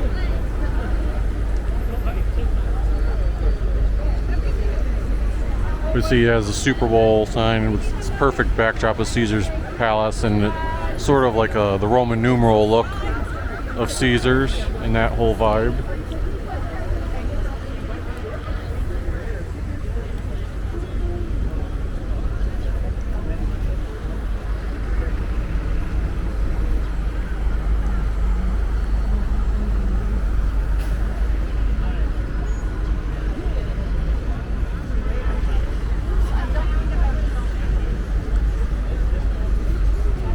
Now I'm going to make a turn here.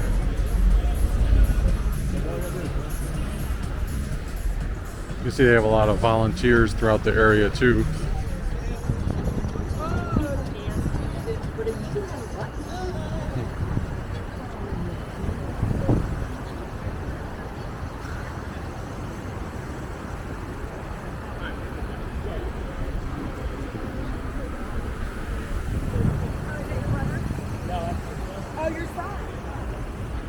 Inside of Caesar's Palace, there's some NFL decorations, so we'll take a quick pop in to the lobby area.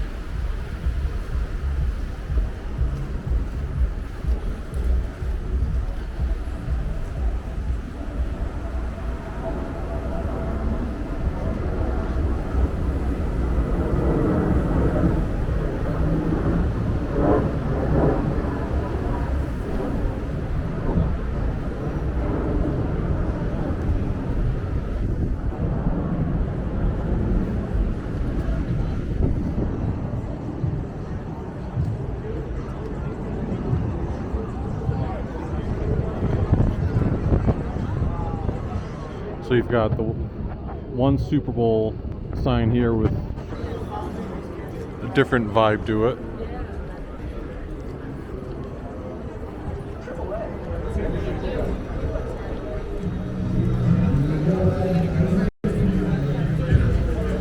And then as you're entering Caesar's Palace,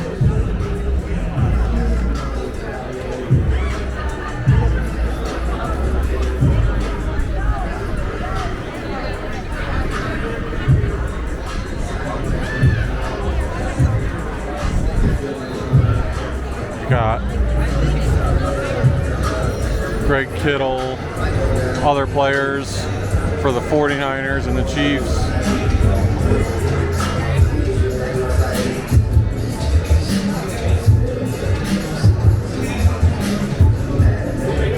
And then inside, some more signage.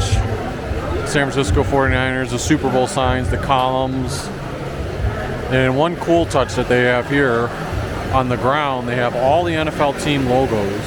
So right here is the Cleveland Browns, for example. You just go around and can see all the logos.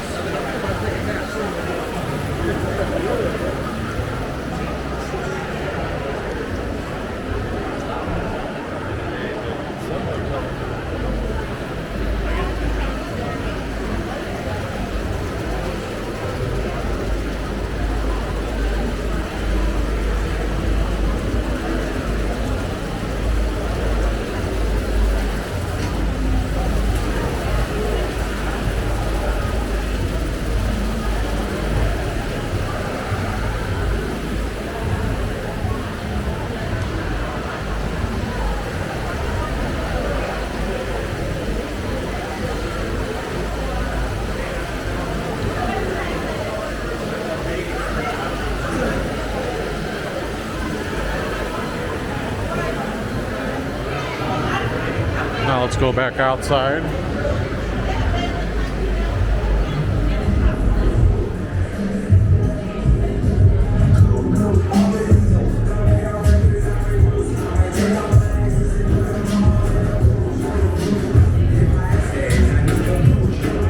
There's a Las Vegas Raiders hat.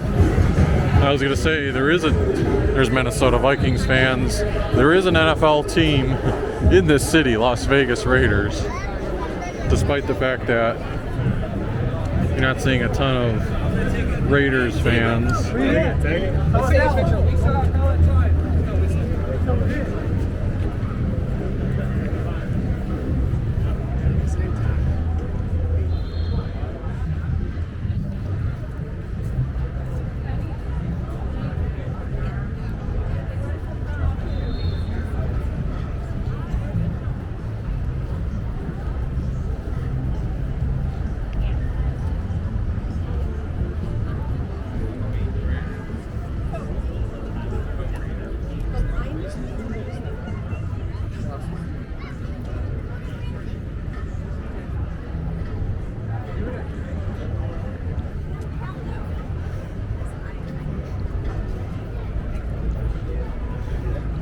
There's some oversized hats on the Raiders fans, so maybe I'm just not paying attention, or maybe not paying attention is not the right word. But maybe I'm overlooking that there's more Raiders fans. So yeah, there's another one there with a jacket. All right, I'm starting to see them representing the city.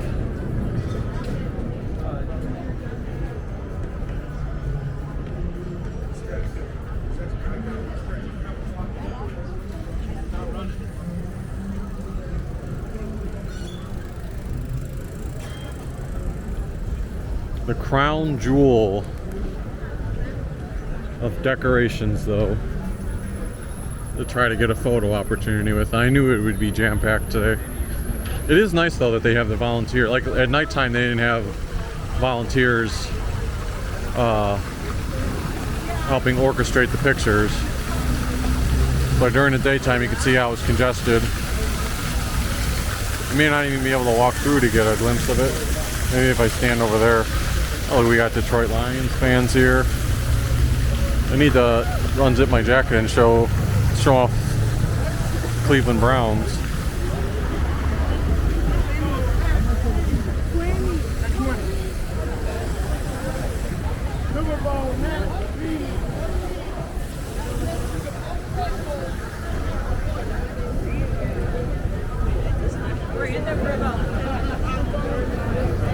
Alright, yeah, we can still squeeze back here. This is a good enough shot. Yeah, they do have a structure now with like lines going on both sides, but it's the big Super Bowl sign with the Super Bowl trophy in the background.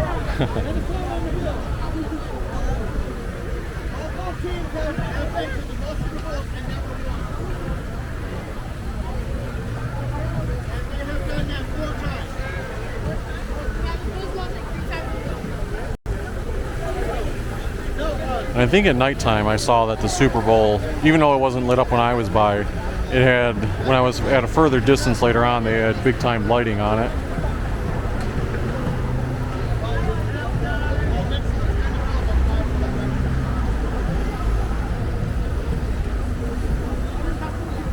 So next up I want to stay on the west side of the street.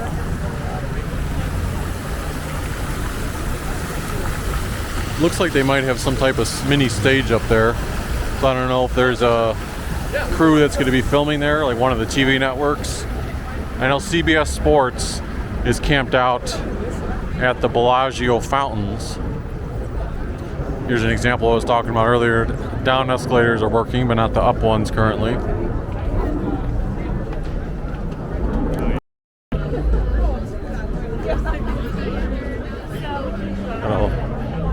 Log jam of people up here on the bridge to get to the other side.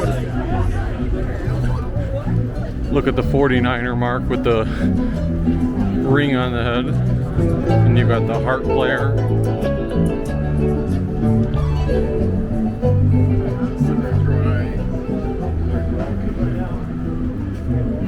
This bridge is taking us into the shops at the Bellagio, I think.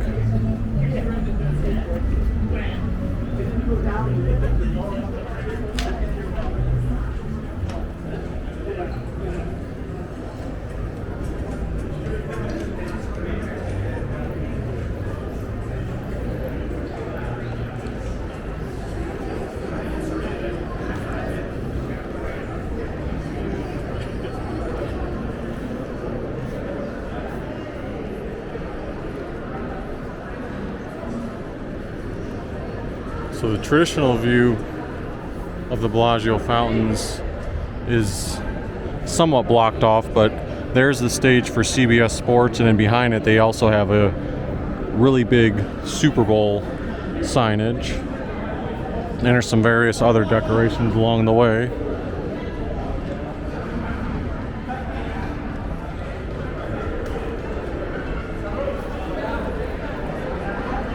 So let's go ahead and go outside now. I think this will give us a view if it's not too crowded. I wonder if CBS Sports is filming anything. Last night when I went by, it was like probably 10 o'clock or so. So they weren't actively filming at that point.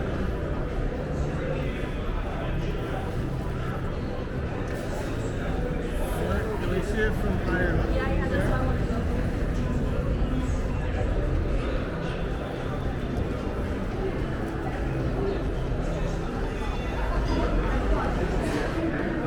I can see through the windows. There's a big gorilla out here.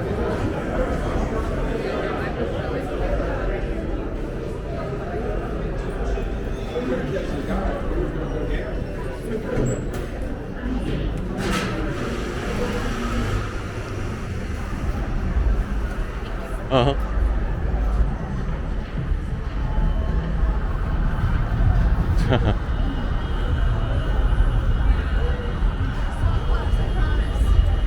Left foot starting to hurt.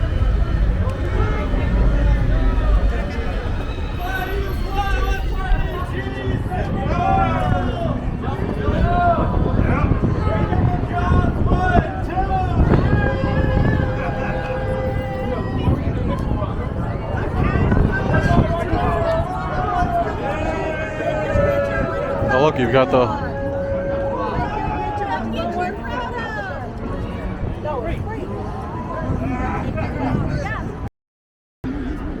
So that was cool. They did, I got it in time while the fountains were going off, so I got a picture of myself with... Yeah, that's a great picture. And that was, you know, something like that's free to do. They take your phone and just snap the picture for you. Calling on cable companies in Vegas?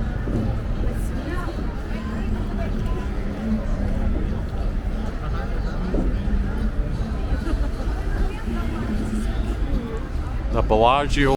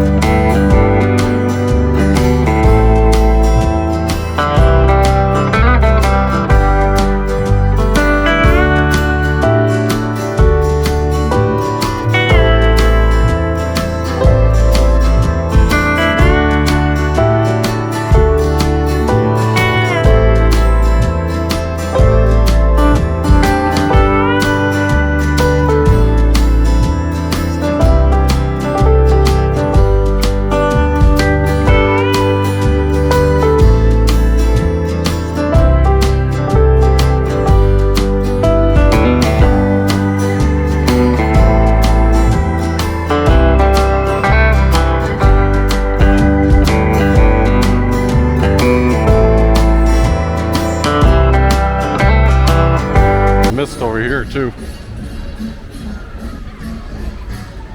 So some parts are blocked off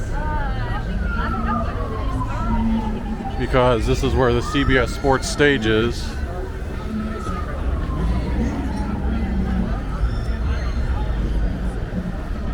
See if they're filming. There are people at the desk at the moment.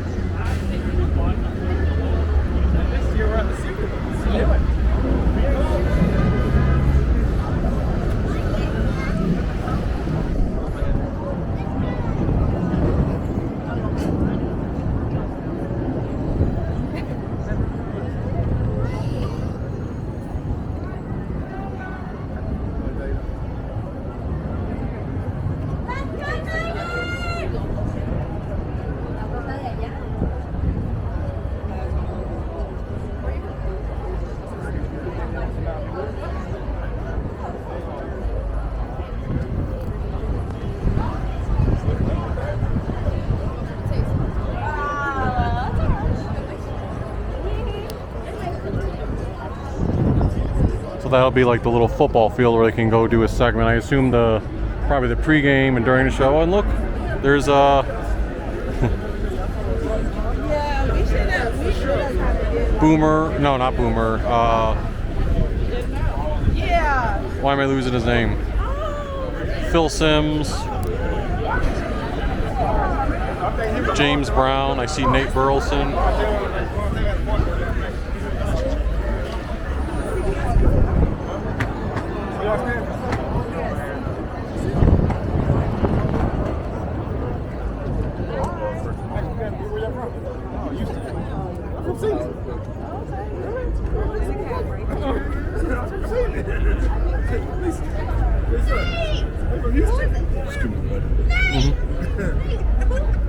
Nate, you hear me? Oh, that's who it was. Okay, JJ! JJ! Nate! Oh, look, it's JJ Watt and Nate Burleson over there. I'm gonna get them a picture for you. Yeah, you have to, right? I didn't have my phone ready. JJ! JJ what? Of course, if you're a Browns fan, you know JJ Watt's brother, TJ Watt, made some controversy by whining on Twitter that he didn't win defensive MVP. Myles Garrett did.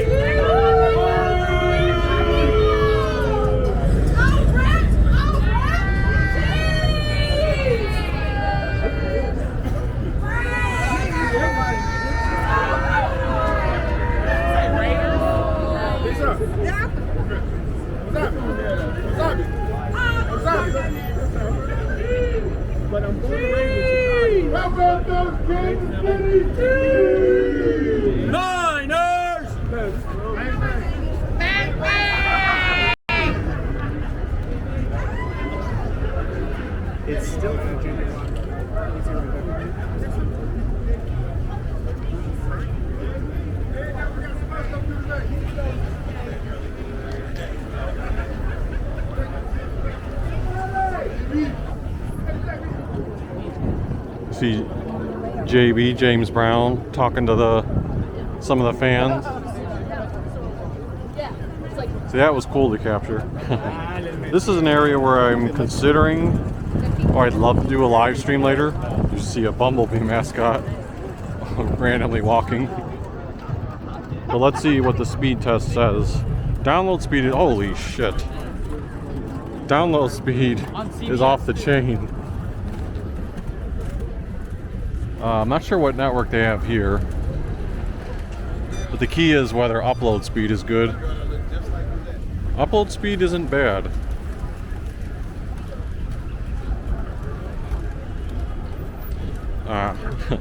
So that's the tricky thing. I want to continue my video, but this would be a cool time to do a live stream and start capturing some of the stuff. Problem is I can't rely on as much as I get excited about it, I can't rely on the reception to be consistent, because it could be strong here, but I could go one block down and hit a dead spot, and all of a sudden I have to start running. That's why I wanted to make sure that I got this type of video out of the way, so to speak, because A, I want to do it, but B, I get to take my time, B, you know, capture everything in high quality, be thorough. The downside is that this particular video won't be ready to post until a few days after the Super Bowl's already finished. There's Paris Casino. Sorry, Paris with the Eiffel Tower and the Venetian egg.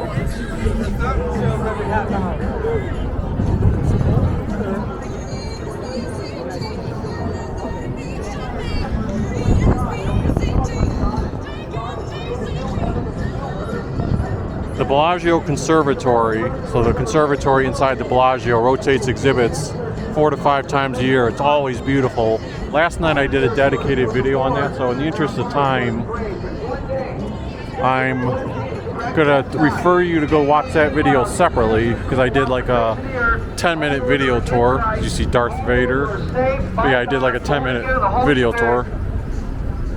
We will be taken in the clouds to meet the Lord in the air with all of his people, all the believers in Christ, not all the churchgoers teachers,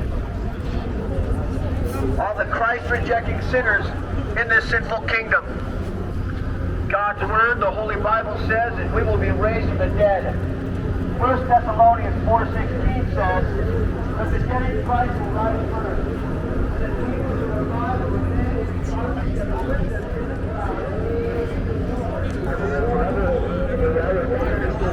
These, I mean, I know they have the right to do it, but these microphones, the people, you can hear them across the street, behind you, everywhere. But also across the street is Planet Hollywood. And those are examples of the stretches that we're not going to venture into for this video.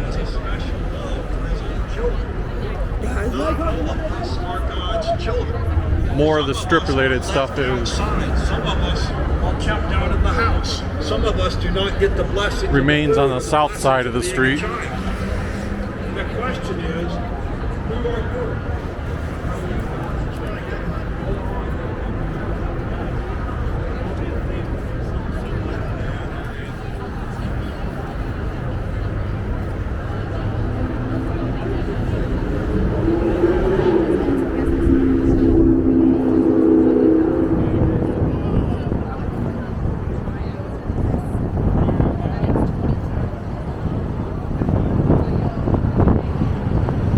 This is the Cosmopolitan of Las Vegas.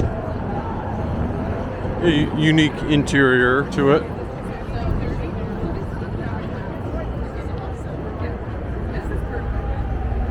The hotel that I want to look at next is the Aria.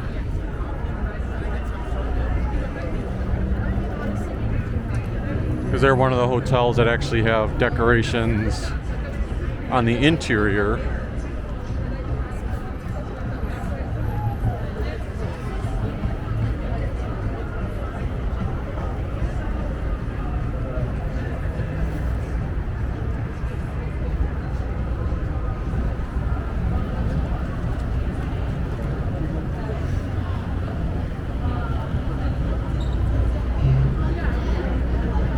Some more of the things I want to feature, though, are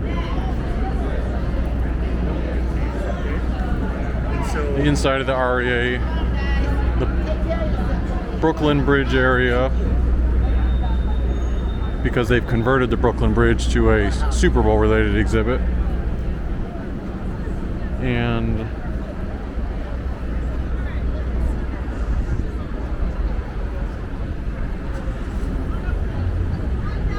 we'll see if I am able to venture around to the actual stadium itself, Allegiant Stadium, where the Super Bowl is being hosted.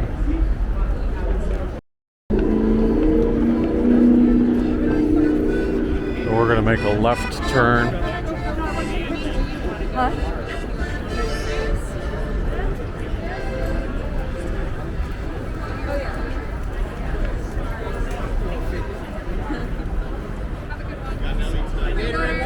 Thank you. Free Gatorade water? Free Gatorade water. You got some places doing free samples, so it'll help keep me hydrated, right? I did bring a small water bottle.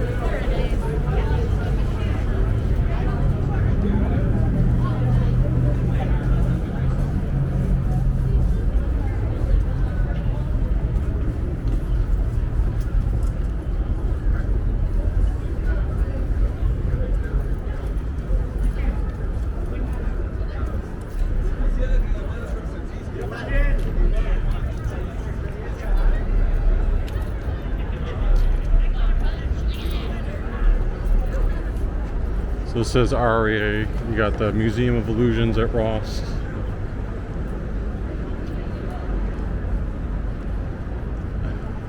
Okay, I was trying to think to myself, what area did I go in yesterday to get to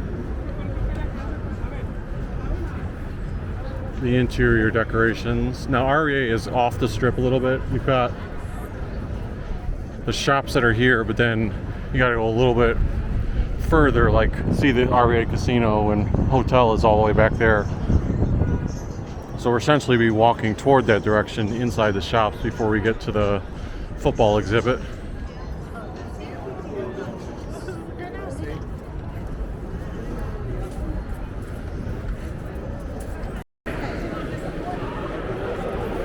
Got more high-end stores in here. For example, down below, Louis Vuitton store. A little bit more of the Lunar New Year theme.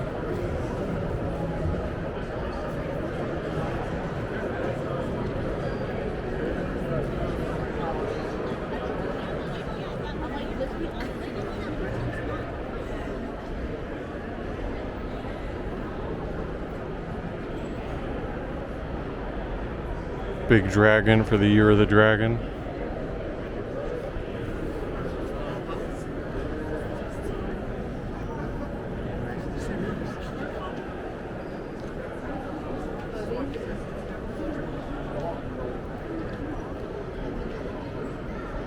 Once we get all the way over there, which I'll jump cut the footage, that's where the football stuff begins.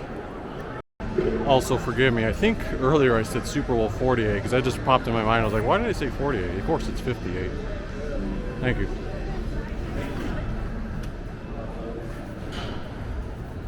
Thanks. And then once you get beyond this area,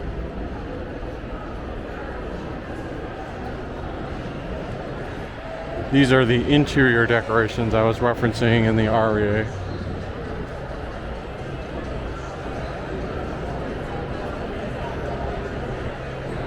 You've got the silver footballs hanging from the ceiling.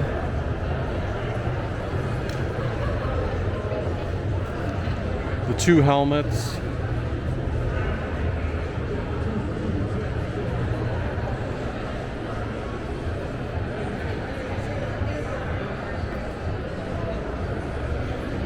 Super Bowl 58 sign.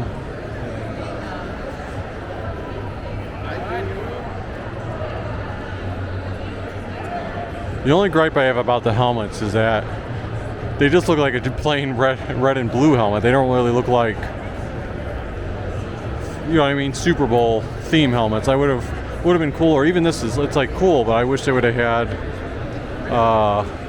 49ers and Chiefs stuff attached to it, but it's still a cool exhibit to see. The mirror effects they have on it too.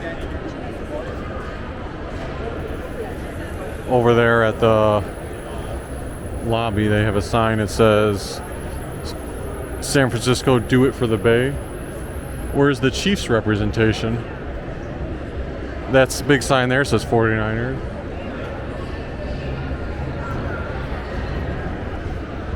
And then I had the, oh yeah. Yeah, she was just asking me like, oh, what is that device that I'm recording with? She thought it was cool. So I told her it's the DJI Pocket 2. And I also explained briefly how they came out with a DJI Pocket 3 in 2023, which, you know, it's really cool looking and seems like it would be nice too. Has some nice additional features, but for like, I don't need to spend like over $500 on it right now because the Pocket 2 is still perfectly suiting my needs. I think I turned a bit too soon. Yeah, there must be something where maybe the Aria is dedicated to the 49ers because they even have like San Francisco 49ers fan house, unless there's a separate section for Chiefs stuff. But if we keep walking a little bit, here's a fancy dessert place called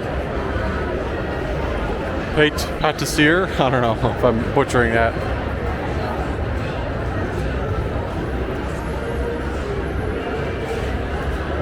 besides it looking cool, they also have a little bit of football related stuff here in the spirit of the Super Bowl.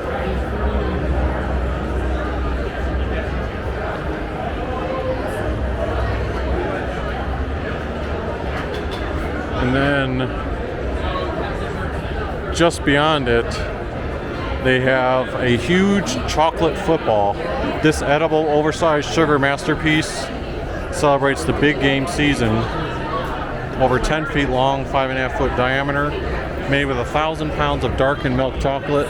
Laces contain 50 pounds of fondant. Took over 230 hours for our culinary team to complete.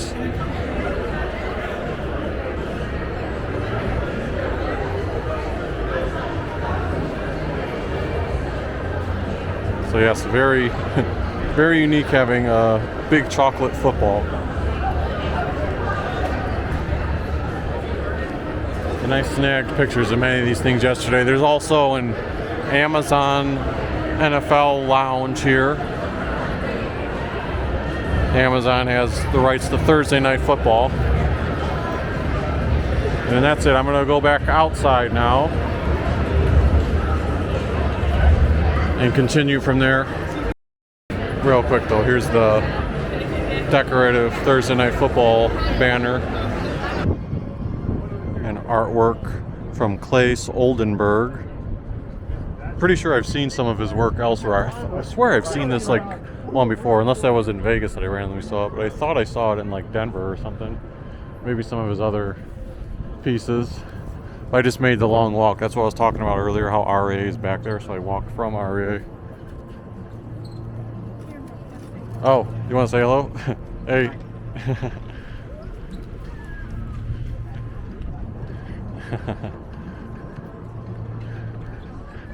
So earlier where you saw the Louis Vuitton store, for example, that was also in that spot. That's where Gucci is.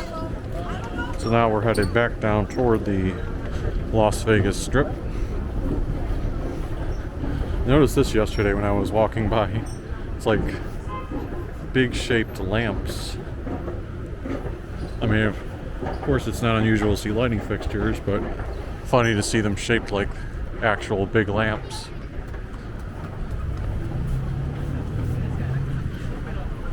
So other places we passed up. There's Hilton Grand Vacations back there, Polo Towers, and then over here is a new concept being developed, Penta. That's where that Dino's Pizza used to be in 2017. They had like a canopy with a bunch of random restaurants there. By the way, here's Whataburger. There's a big line for it. But yeah, they used to have like a canopy with a little bit of palm trees, and you could sit outside but still be protected under the canopy. But the stores were always very random. And that Dino's Pizza in 2017, which didn't last too long, but I always say that was the worst pizza by far I've ever had. The only pizza I willingly trash on video. But Penta is being developed. It says coming fall 2024. It's going to be sort of a evolved shopping complex, they call it. Over here, it's a Jello shots type of store. Then you've got a CVS pharmacy. We're getting close to the MGM Grand, which I always think of as home because that's the only Las Vegas hotel I've ever stayed at.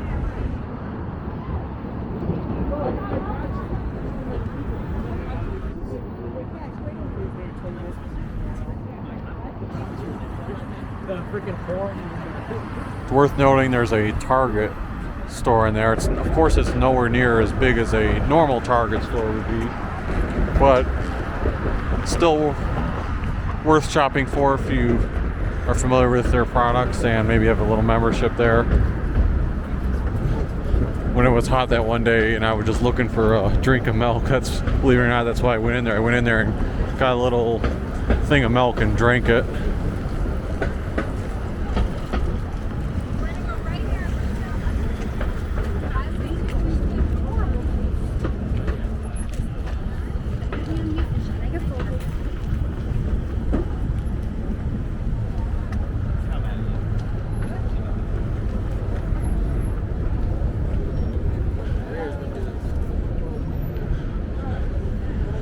we're approaching the area of New York, New York. Before you get there, you have the Crack Shack. I think it's a chicken restaurant.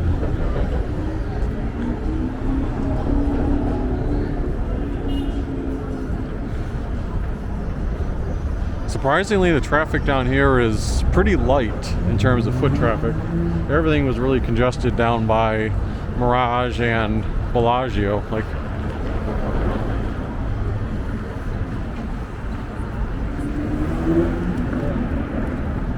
this is a nice picture to get here because you get New York, New York, the bridge with the Super Bowl signs, the MGM Grand, Hard Rock Cafe, a little bit of the Coca-Cola store if you look hard enough.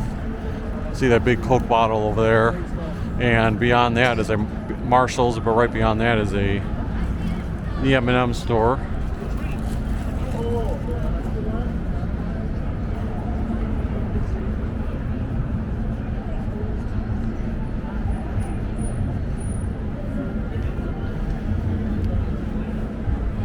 Over to our right, we're right on top of it, but it's Park MGM Eatery. Is it Eatery or Eataly? I forget. Oh. Eataly.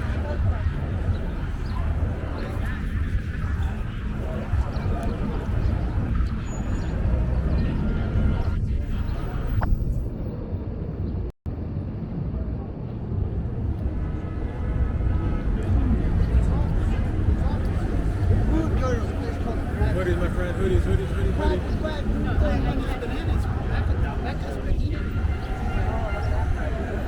Looks like you got a bunch of 49ers fans over there.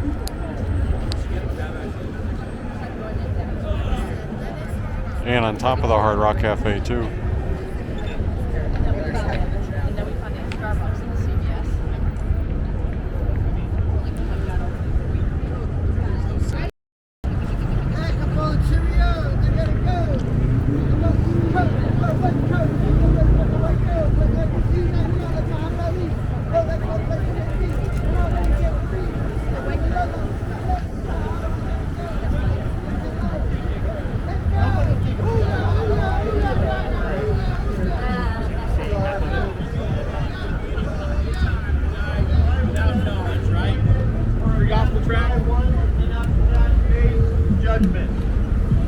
Now, I really do hate to be the bearer of bad news, but this is a fact of life. We are given one life to live, not many.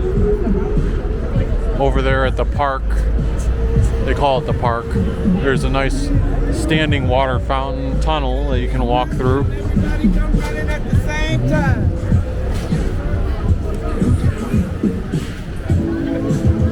So we'll check out the modified Brooklyn Bridge in a second, but no one's actually over here.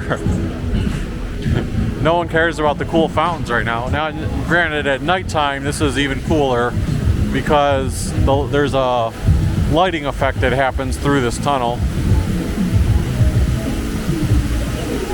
New York, New York, there's another entrance to it over there. And it's always cool how the buildings of the hotels are shaped like New York City.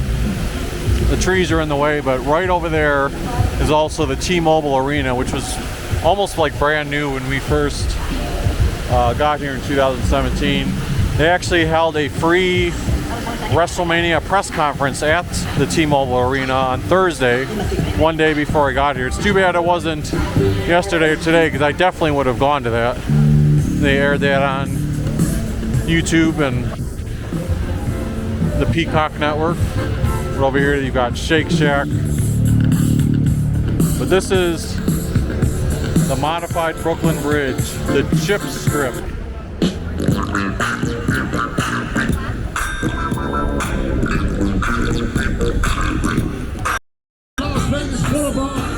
You know we love you. Oh, look, we got a Cleveland Browns fan on the mic. I'm the $1 million man. Boomy, you baby. Downtown Las Vegas, Nevada. Hello, somebody.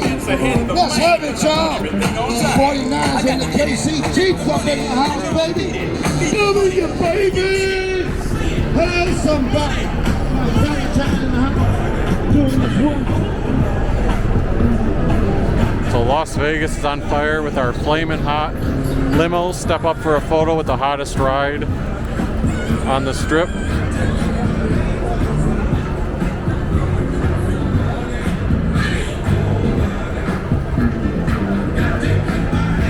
Oh, sorry, I'm still zoomed in.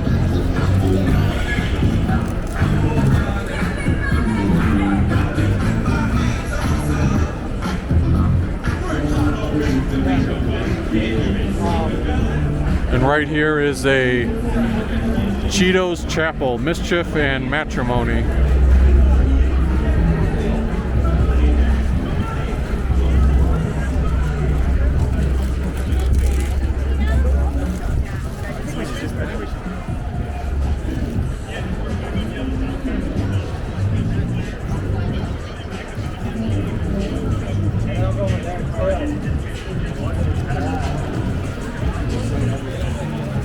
I think they're giving away free samples of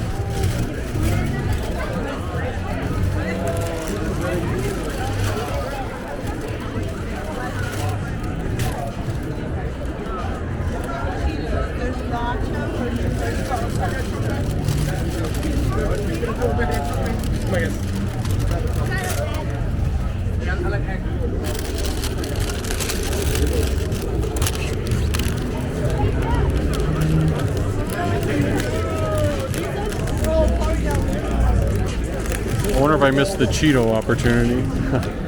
Where were the Cheetos at? Were there some over here?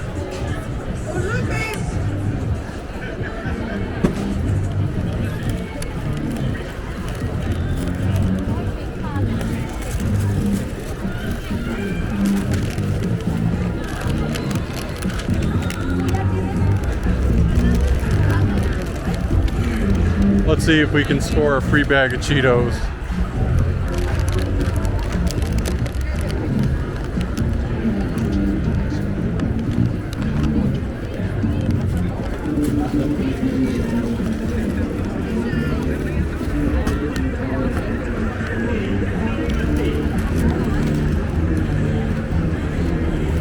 Looks like there's in the fountain there. Hey. I'll try. Thanks.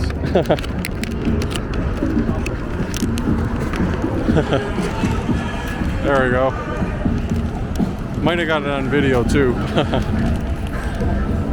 The reason I said I'll try is because I was already holding these ones with this hand and had the camera, of course, in the other hand. So free snacks. So this is obviously for Super Bowl week, a big push by, you know, Frito-Lay. The name was escaping me for a second. Frito-Lay that push all their products and encourage it. Essentially, it's like a big Super Bowl ad on the strip.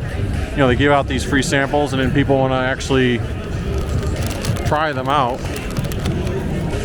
or purchase them in real life.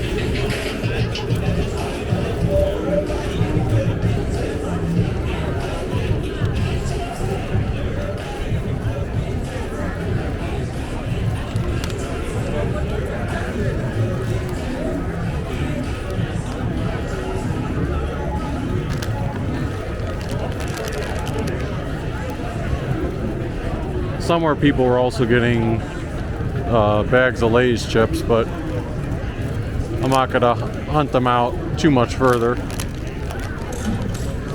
Oh, maybe we do have a sampling over here.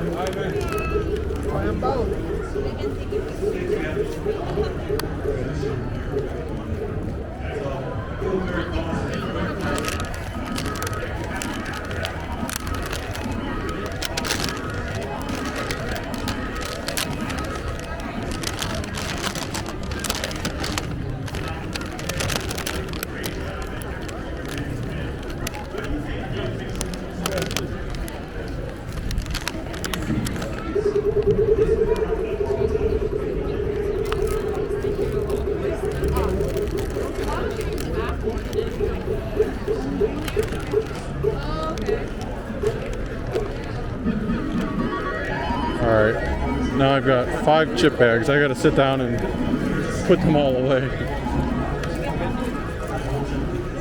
I think they may be giving away the Lay's further on down. Alright, I put all my chip bags away, but it looks like down there, Ruffles, I think they do actually have guests, like 3 o'clock, Jordan Love from the Packers should be coming out, or coming up. Emmitt Smith's at 4 o'clock. Maybe to do autographs? I don't know. It says Ruffles Ridge Revenue. There's a snack pot, casino style game there. I don't think so. We're gonna come with you. So, and all those free samples I've gotten so far. I think I got 5 bags of chips. The only one I didn't get was Lay's, and I have a feeling that might be on this side.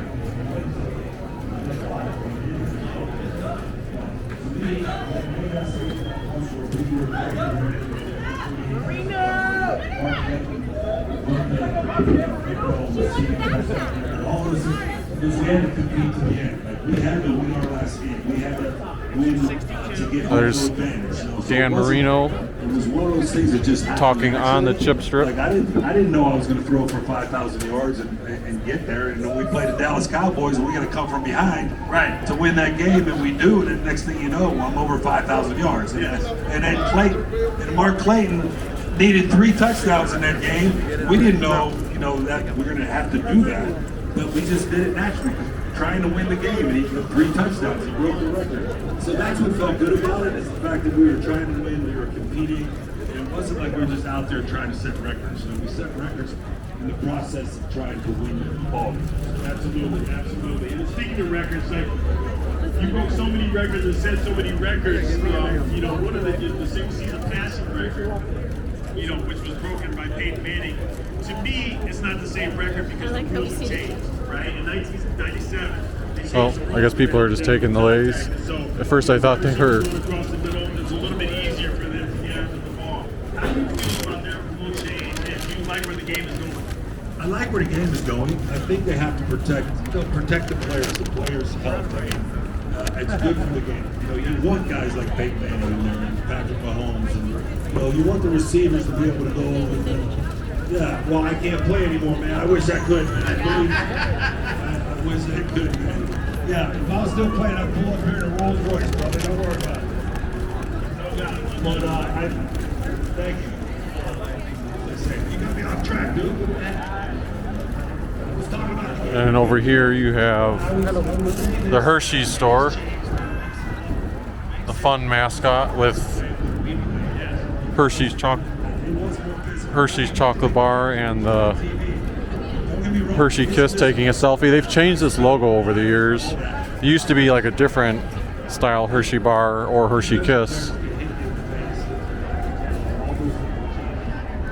Let's pop into the Hershey store real quick though.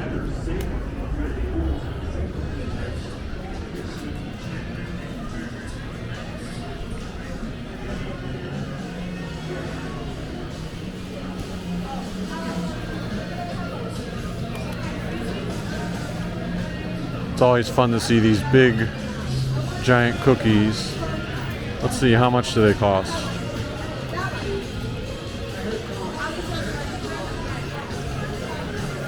$5.95 each, or 4 for $20.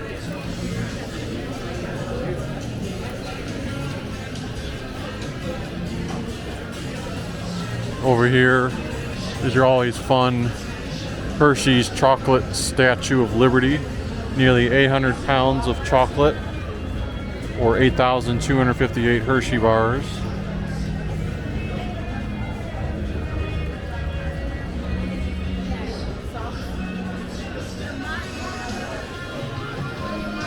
And then here's another Hershey Kiss you can pose with. Maybe it's on the second floor that they have I think they have a life-size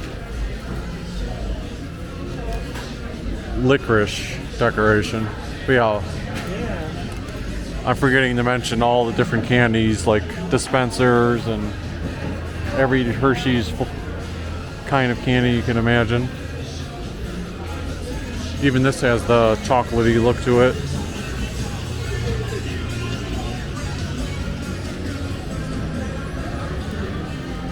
Let's see if we can take the staircase up to the second level.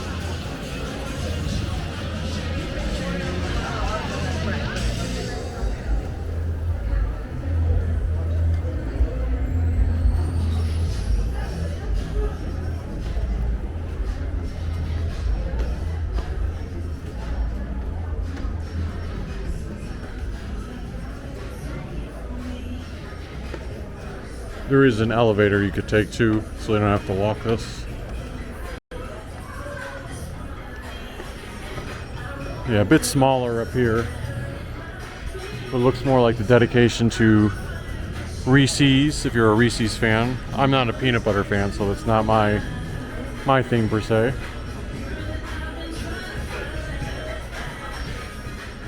Look at these cute little baby bibs.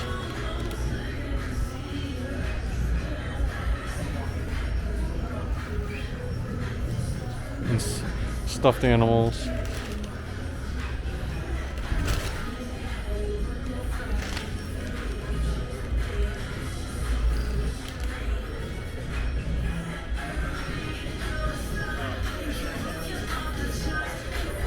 And then the big giant licorice.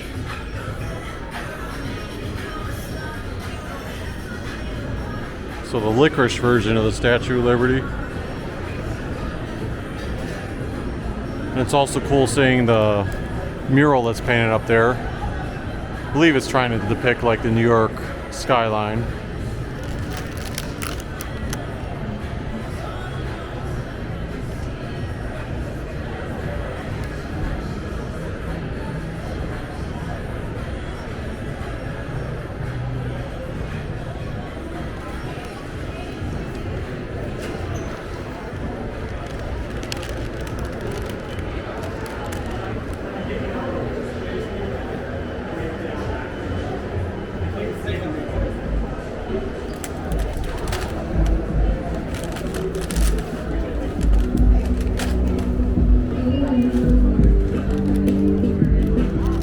Over there would be the bridge to the MGM Grand.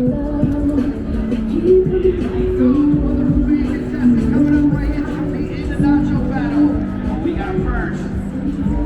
Straight from Pittsburgh, rocking the pitch, give it up for Madison. This is amazing. I got that jersey right now. Also, by the MGM Bridge, they have field goal posts on both sides of the bridge, which is nice. Super Bowl themed touch. Look at this, I just captured this. There's a bunch of bicycles.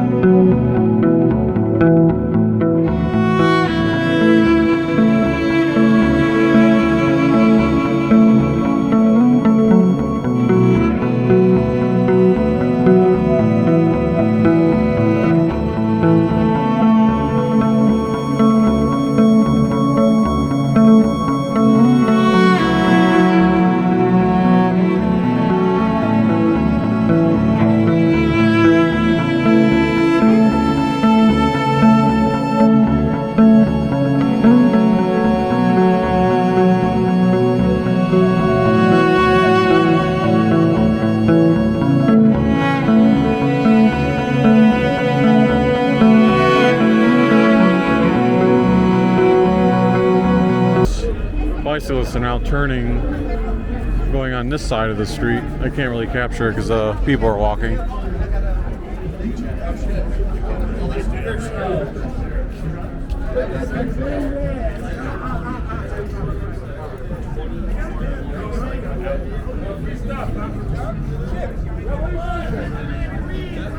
They ended up turning down that alleyway.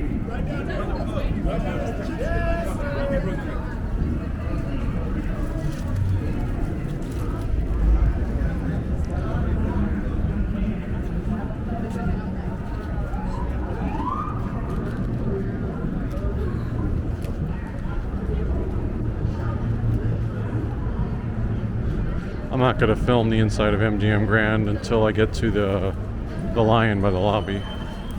Actually, I will film a little bit because I can tell stories again. Since this was the first hotel in Vegas that I stayed at, you know, almost every time I come to the Strip, I try to make a point to pop by for a second. And if I do use a sports book, I always use the MGM Grand sports book. I've like stayed loyal to them, so to speak.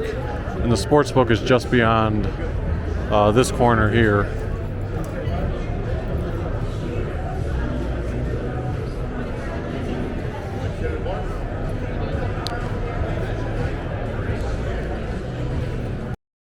We have a glimpse here next to the sports book of the Super Bowl 58 sign. There was supposed to be somewhere NFL themed slot machines, but I'm not sure where they are. I haven't seen them in the casinos I popped in. It's also worth noting there should be a lot of celebrities or players gambling here this weekend, but you know, it's gonna be dumb luck if you run into them. So it looks like instead of having a Super Bowl theme for the MGM Grand Lion, they actually have embraced the Lunar New Year dragon vibe. You can see over here at the concierge desk, there's some decorations, also the check-in area. Again, the first hotel lobby that I ever checked into. And then the extra decorations for the Lion include all the balloon lanterns and the tree behind it, as well as a dragon. That's one of the most decorative additions to the MGM line that I've ever seen before. Looks very, very nicely done.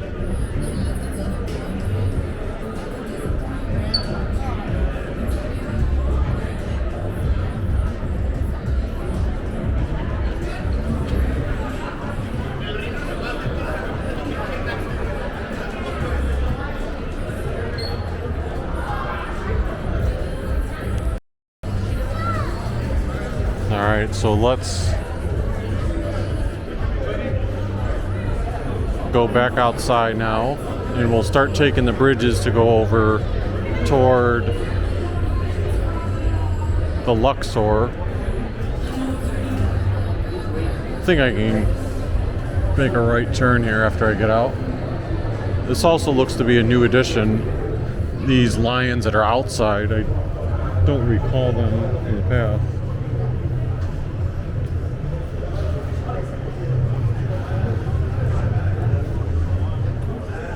I was about to say, there's vending machines over here, I remembered that.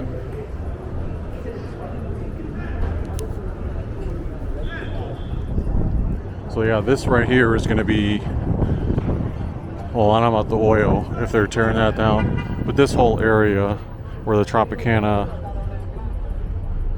parking lot is, and then the Tropicana Hotel over there, that's going to be where they're building the baseball stadium, which the reason it's like the mayor was complaining about it was they were like, you know, it's too close to the Strip, like right on the Strip, so they feel like the Strip's already congested enough that it's just gonna be a nightmare for traffic.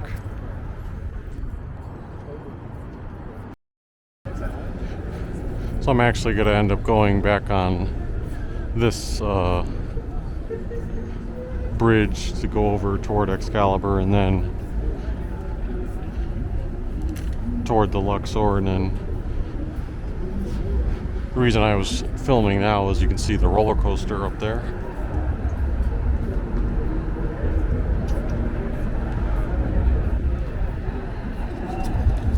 There's also a decked out 49ers fan.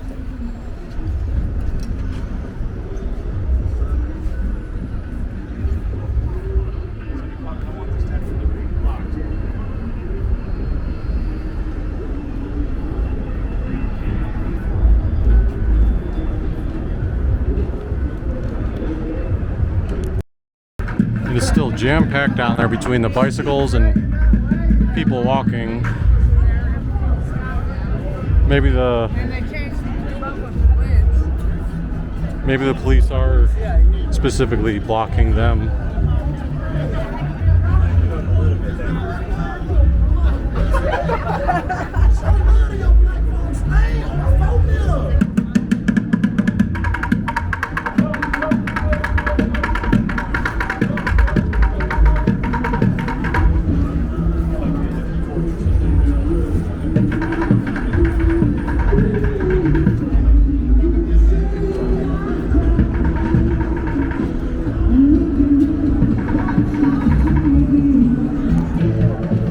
There's the big Statue of Liberty that we've seen a few times. Now we're taking the one that's going to go, the bridge that's going to go over to the Excalibur.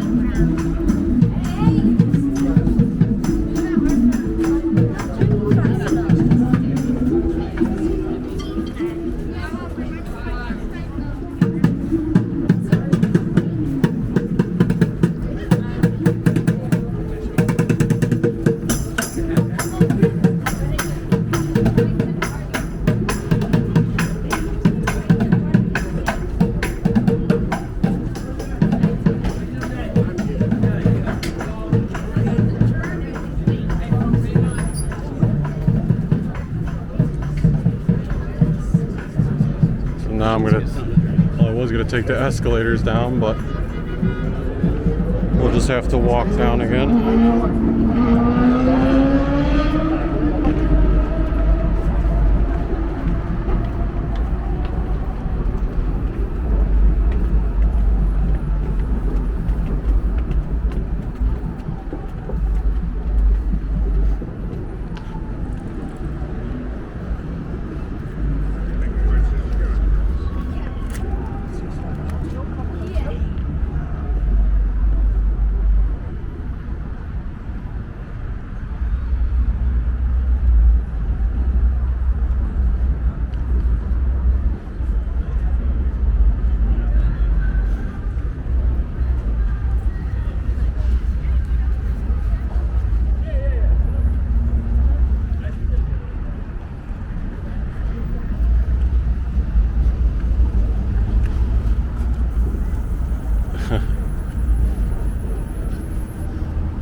Too many of these escalators on a regular basis just out of service.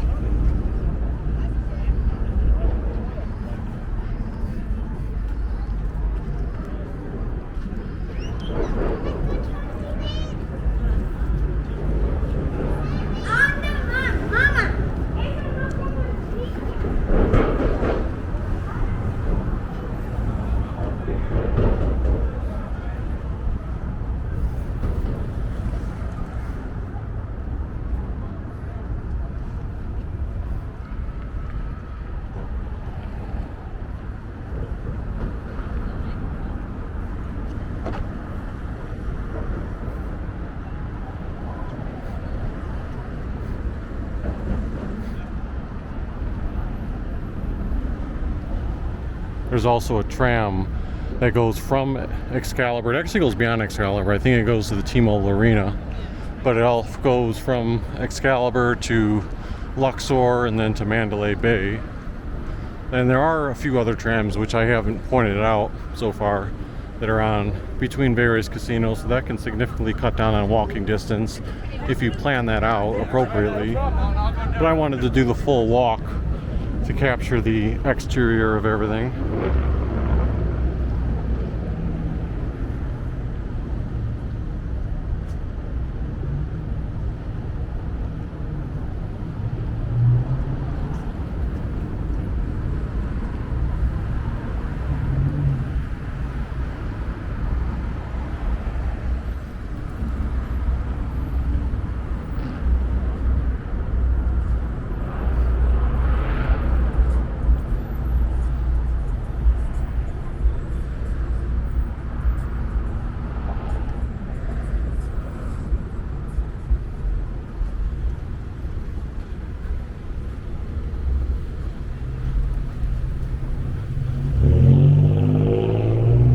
there's going to be a lot more traffic down this way than there usually would be, because the Super Bowl is being held at Allegiant Stadium, which is to the right of Mandalay Bay. Like, you got to go over the bridge a little bit. But then Mandalay Bay, I believe, is the place that's hosting like the Super Bowl festivities or fan experience. I thought about paying to enter that, but I wasn't sure if you were gonna. It would be like inside the convention center. There's the tram, by the way, going over to Excalibur. But I wasn't sure if you'd be able to film inside. I wasn't sure if it'd be interesting enough, and if I wanted to pay $50 to do so. So instead, I just figured I'm gonna stick with all the free events that are available to see, which there are plenty of them. By the way, right now it's 3 o'clock, so I've been up and down the strip filming for quite a while now. The temperature says 52 degrees Fahrenheit. It says feels like 46, but the wind has pretty much died down.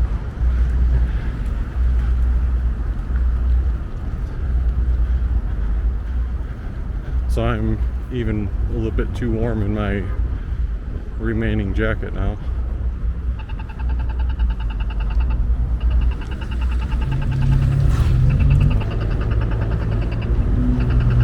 That's why you see such a high amount of foot traffic down here. Otherwise you'd see nothing. Like last night there was nothing, but that's because the NFL fan experience had already been closed for the night.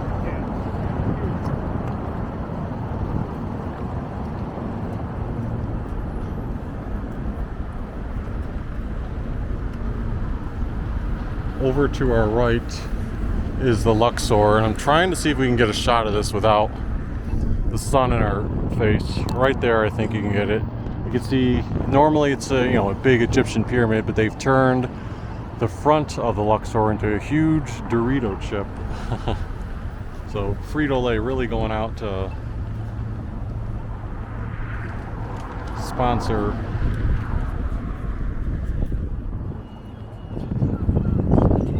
going all out to sponsor for the Super Bowl. You can imagine what their ads are going to be.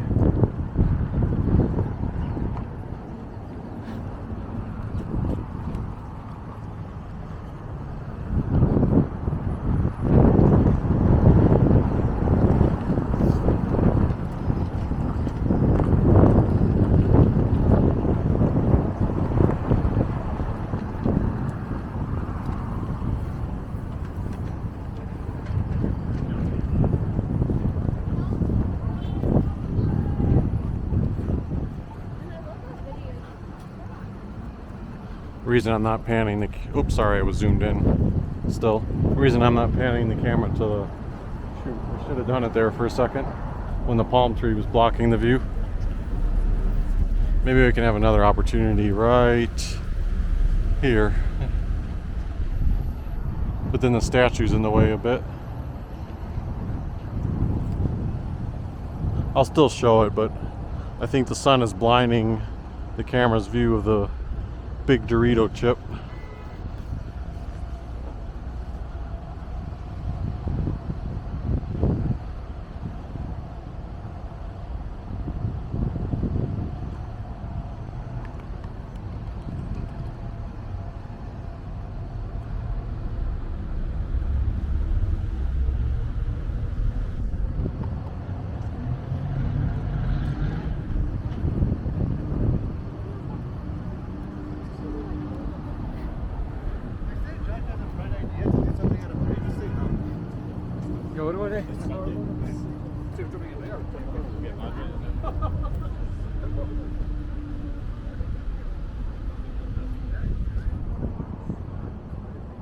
Somewhere I should be able to get close enough to this big Dorito chip. Maybe once the shade starts here. There we go. I think the Pharaoh's gonna help us out and block out. Thank you, big giant Pharaoh.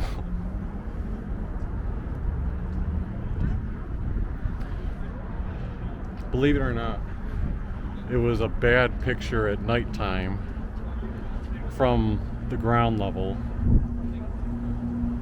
of the big Dorito chip, because all these lights, like that post and that post there, are shining, so it creates this like burst effect. So you really, it takes away from the how cool the picture looks. Alright, let's go away from the Dorito chip and start heading toward Mandalay Bay. Yesterday when I was exploring at nighttime, which helped a lot because that's, believe it or not, the structure of today's video was in large part done yesterday. Like I did the entire, almost the entire walk that you're seeing in this video today. I took nighttime pictures and put together my game plan for, okay, these are the places I want to explore when I film Saturday, meaning today, in the daylight. But my exploration stopped at the Luxor because it started pouring rain. I think I told that story at the very beginning of this video. So I couldn't check out what was outside of Mandalay Bay, and I couldn't go to the Allegiant Stadium itself.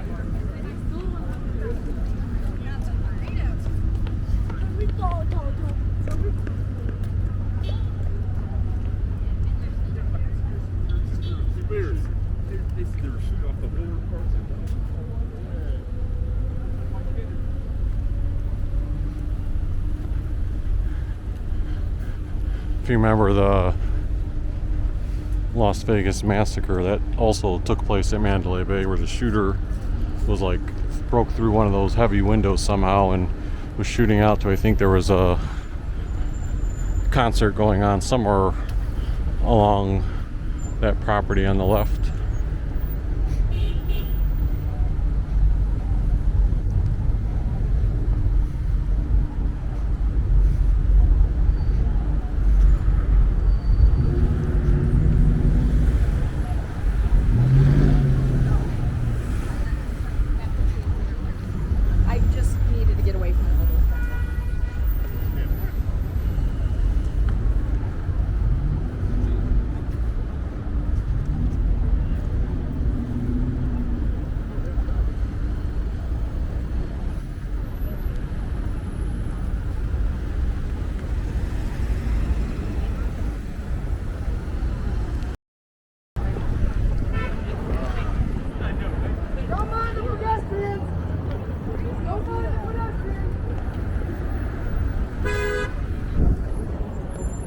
You can tell traffic is definitely congested toward this way.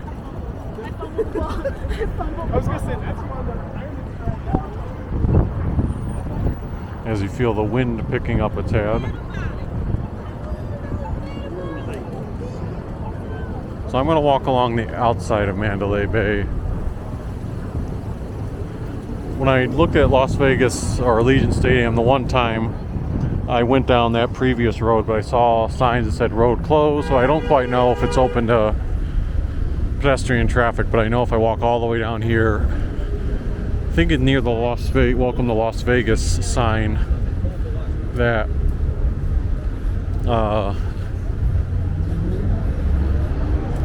we can get to the stadium by going over that bridge too.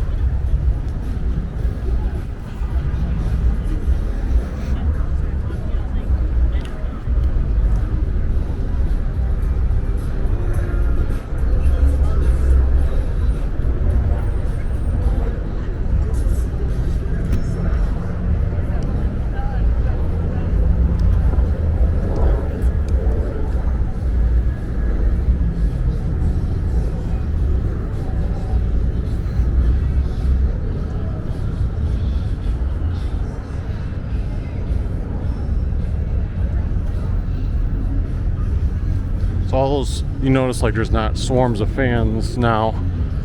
I'm going to assume that all those fans you saw before were coming from the fan experience, but I'm not sure exactly where. I thought the convention center was down this way, but maybe it was, maybe they go through like the casino portion and lobby portion. That's why you saw swarms there and almost no one here in comparison. But the traffic is definitely congested because maybe this is the parking to get to the convention center area.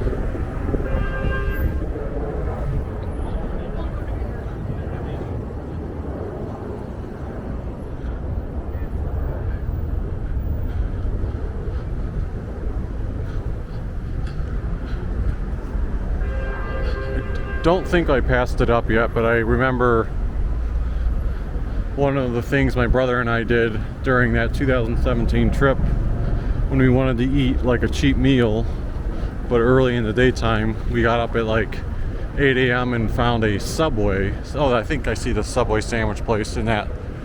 Oh, you know what? It's gone. I would say the sign is still on like the kiosk on the outside, but the actual sign on the strip mall itself is gone. But that's where we had gone for Subway, and it was, you know, affordable in our minds, and we ate it at like 8 a.m. but that would have been around 11 a.m. Eastern time. So to us it was like, oh, we're sticking to our same schedule and getting lunch. Unfortunately, with the big buses here, it's going to be a bit of a challenge, so I'm not going to film this part. Alright, I just walked around the back side of the bus.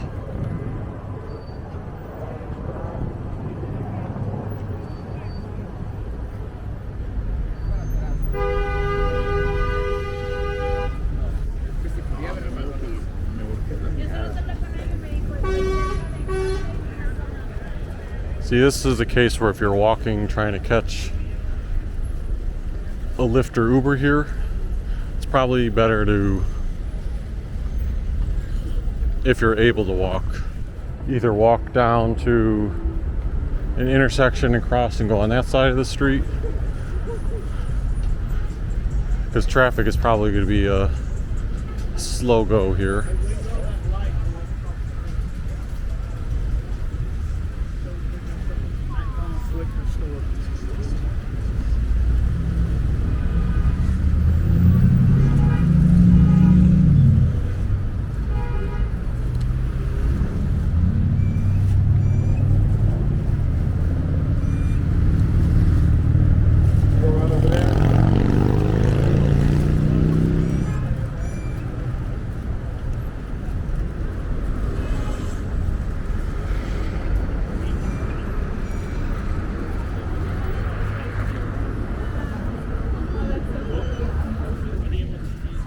Thank you.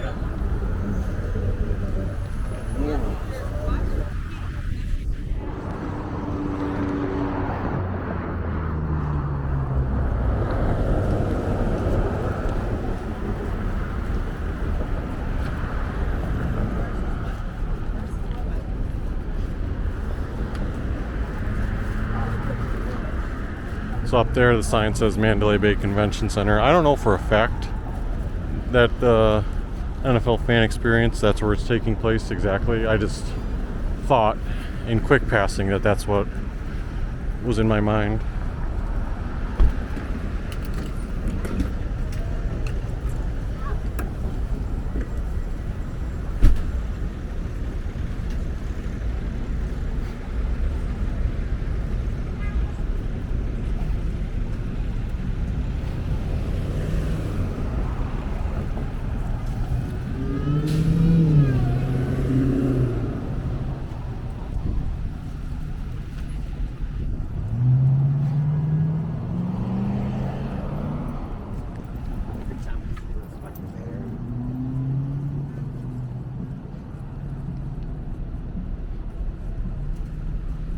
It says the Mandalay Bay South Convention Center, which I don't know for certain if that's this building, but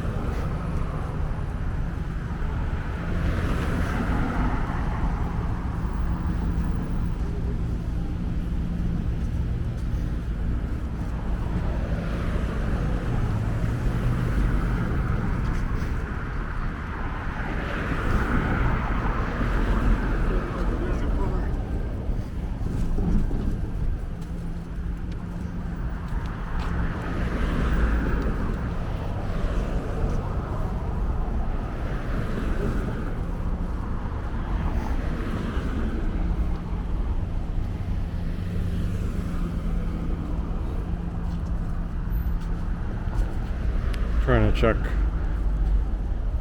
how far down the Las Vegas sign is from here. I know it's always a hike. 60 bucks. Still a 10-minute walk from here. I may not, as silly as it may sound, I may not walk all the way down there,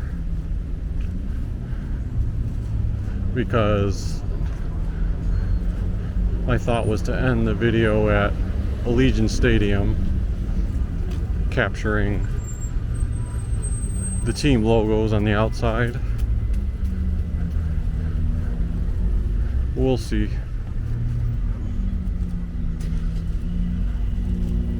I think I'm going to be making a right turn at this next light. Over there on the left you have the Pinball Hall of Fame.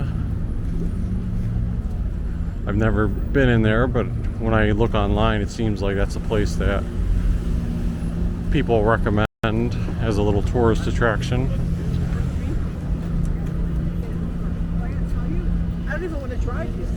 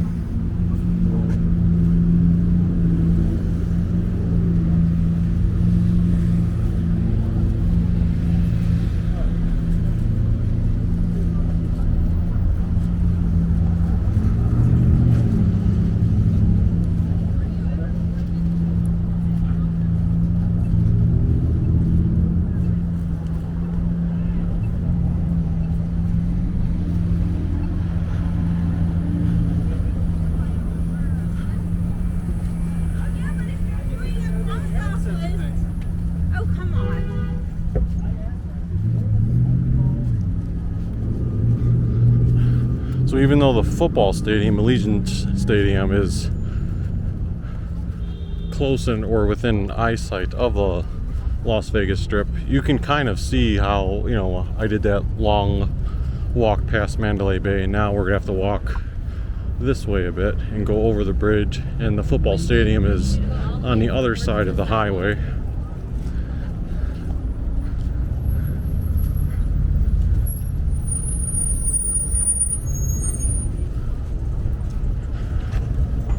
So as far as traffic congestion goes, yes, it still can make things busier, but at least you're deviating that traffic off the South Las Vegas Boulevard.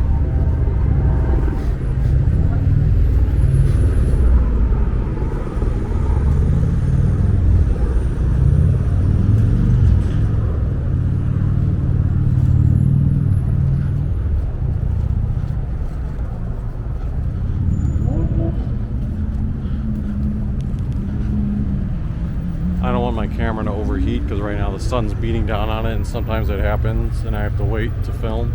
So I'm actually gonna pause the filming until I get past a little bit closer to the highway, which will only be like 2 minutes of dead period walking you'll miss out on. Okay, so that's the walking distance I made. You can see all the traffic.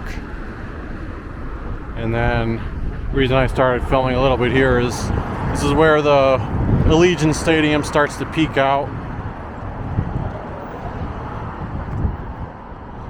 So you can see the graphic for Super Bowl 58, San Francisco 49ers, Kansas City Chiefs.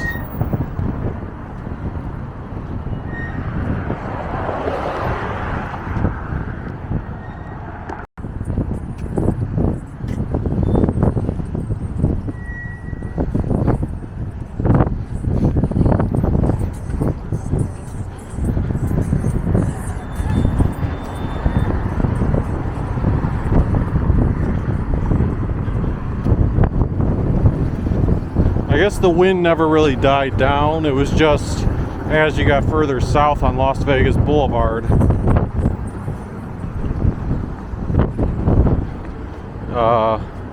you didn't have the same wind tunnel. It was more so being blocked at a certain point.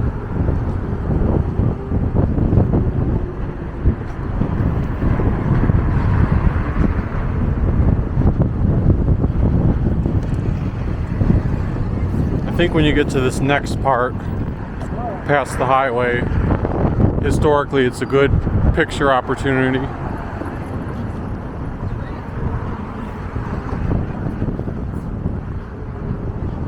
See some people taking their photos here.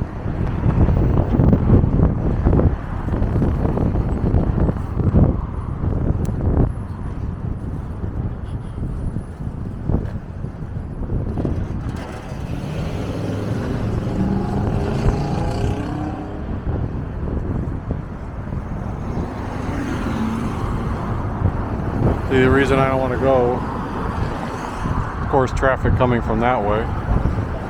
So just waiting for the walk sign.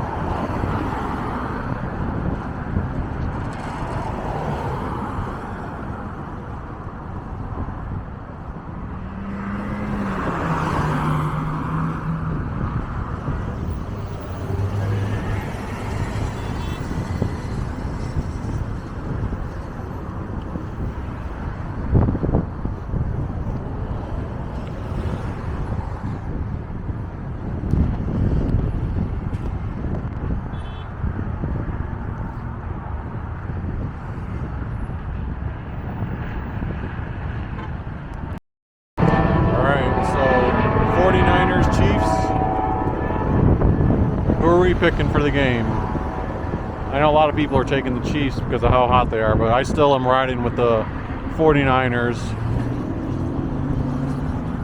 I also haven't, this is a good shot too, but I haven't filmed much content with my Buford and Oscar, my little fun side characters, but I do have them in my pocket. So I shot a brief clip there. I might, because I'm going to be here tonight and tomorrow, I might consider doing a vlog with them. I did a silly little vlog with them about a month ago. I think it was a month ago, or a few weeks ago.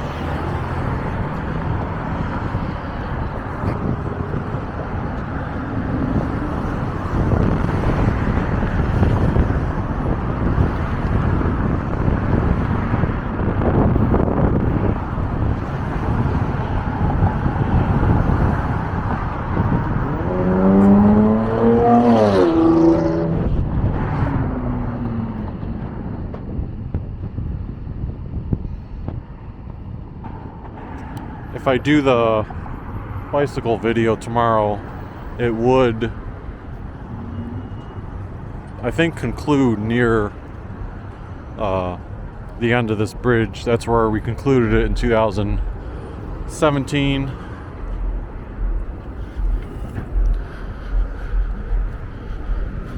But who knows if it'll be even more hectic this way because of traffic tomorrow, because that's the actual Super Bowl game.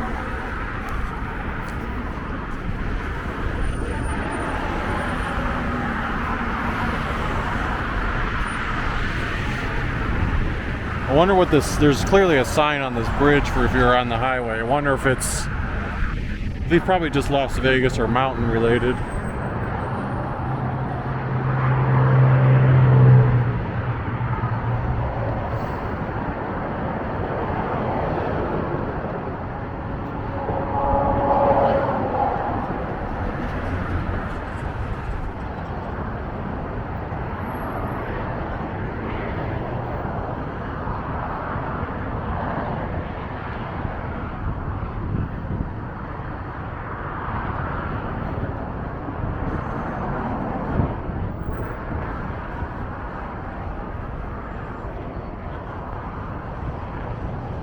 The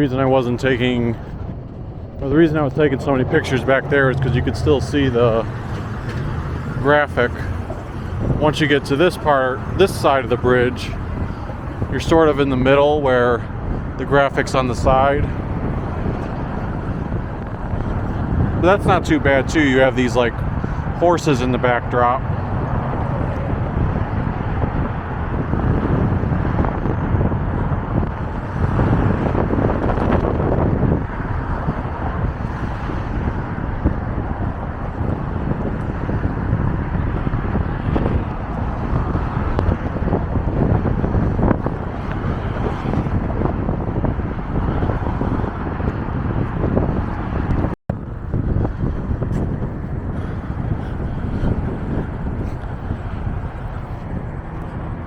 I don't know if we're gonna have any access to the road over there. Oh, look at this. This guy's gonna back right into. I mean, he was stuck in traffic, so he had to get out of the way, but I don't know if he paid attention to the walker or not.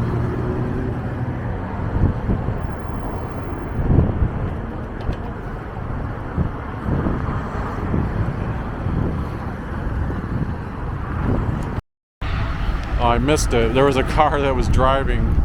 They had a cone, big pylon stuck under his car, and he just kept on driving. I mean, I guess you can't just stop in the middle of traffic, but still. I had to wait a few minutes there.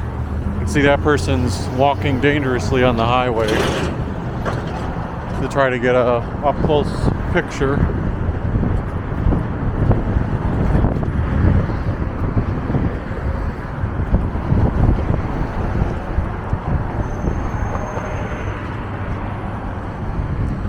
So you can see there's a bunch of tents set up in what would normally be game day parking. And those are probably all the media outlets having their equipment on site.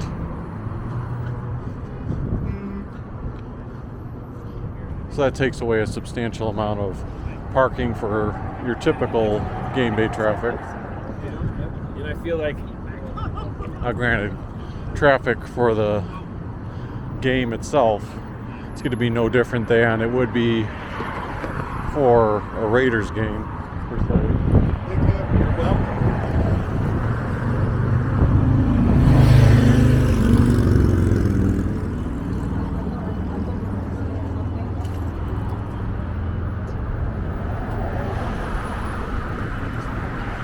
If you go back to when they were building this stadium, or when they had just finished building it, I actually posted a before and after clip, because in 2017 I did use some of that footage, and my brother and I had shot it near this area, and I did like a comparison of how this was a big empty field back then, and we had no clue it was going to be the future home of the Raiders or a future Super Bowl site. It might have been a tad further down, but I think the tents will be in the way if I showed it down here.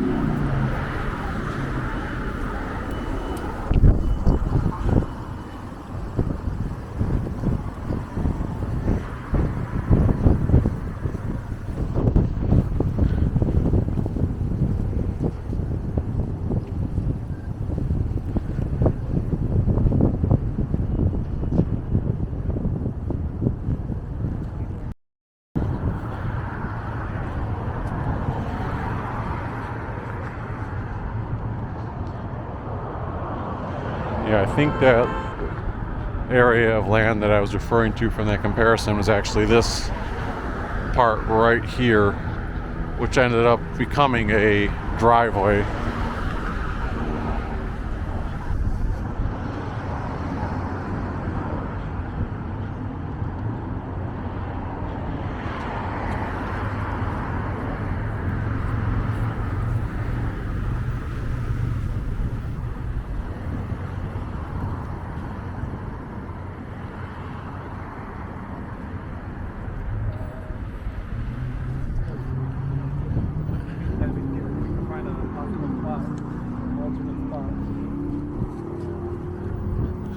Oh, look at this, they got the Super Bowl 58 on the utility box, as well as the Super Bowl trophy.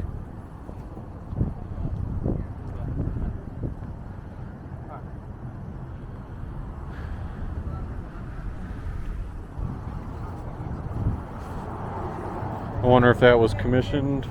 The artist's name says Samir Asani, or if they just did that, but pretty nice.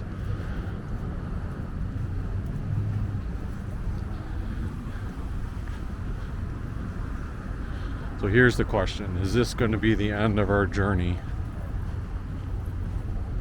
Meaning is traffic, including pedestrian traffic, blocked off.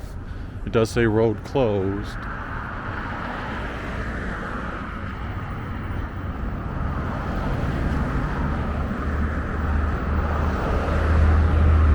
Sidewalk closed, use other side. Alright, it looks like you might be able to walk on the other side of the street.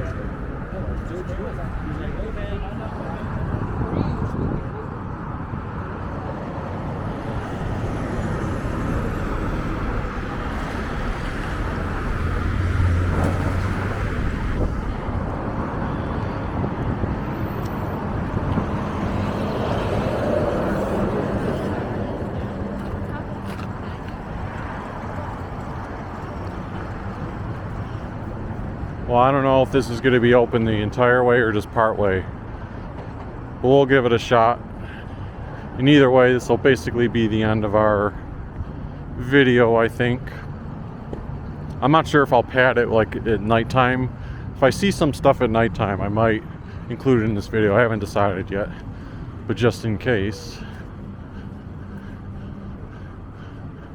Feel free to hit that like button and subscribe.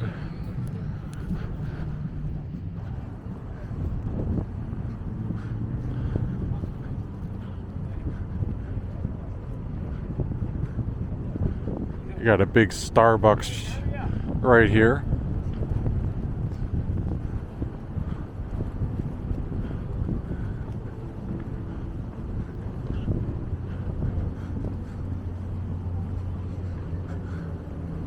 Does the Starbucks go the entire way, or is that some other? It's got to be some other. No, it says Starbucks the whole way.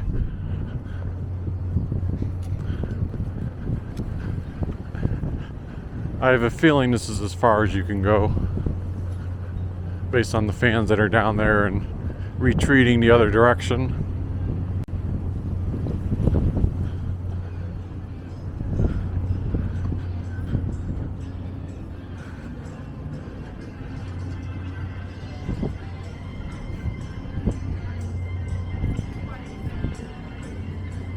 Oh, this is actually a W Sky bar to my left, not just all of Starbucks.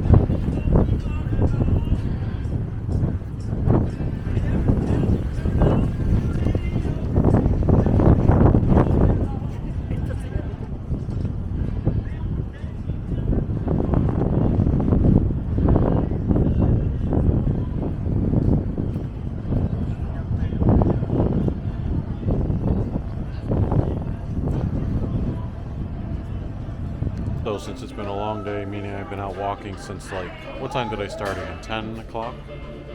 So I'm finally taking a chance to sit down, besides the lunch. Oh, the lunch I actually stood up for. I didn't get to sit, so I'm sitting for the first time. And just enjoying a dessert. I got a brownie and a donut at Starbucks that you saw here. And when I came in, I'm actually glad I came in. They had a very nice mural here. That's like the Allegiant Stadium, along with other things from the Strip and the Vegas desert vibe. They have some balloons for the Super Bowl theme. And then she offered me like a free sample of a drink, and usually I'm very, very picky on things, but it tasted really good. So I attempted to do a live stream. I did it for like 28 minutes and it was just buffering terribly the whole time. I was trying to hold out hope, but it validates the reason why I shot the pre-recorded video. So I guess I'll do a little bit more footage as we're getting toward nighttime. I didn't notice this earlier. The MGM has the nice San Francisco, Kansas City Super Bowl graphic on their LED board.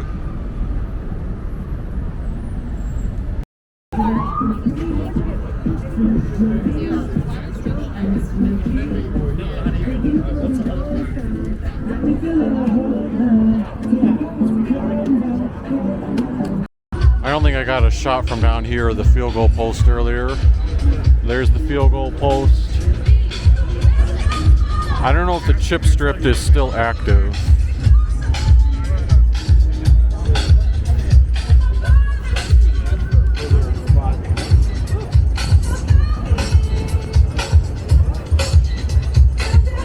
Earlier they were handing out, as you saw, free samples of like Lay's chips there.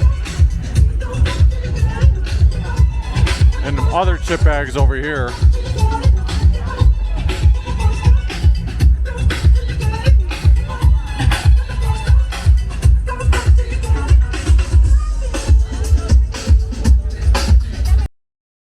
Oh, they are still doing the chip strip at nighttime.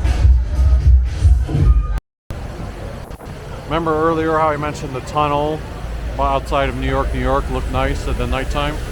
So now you can see the effect that it has. Now right now it just lit up purple. I thought at some point that they would change colors, but for now it's just purple.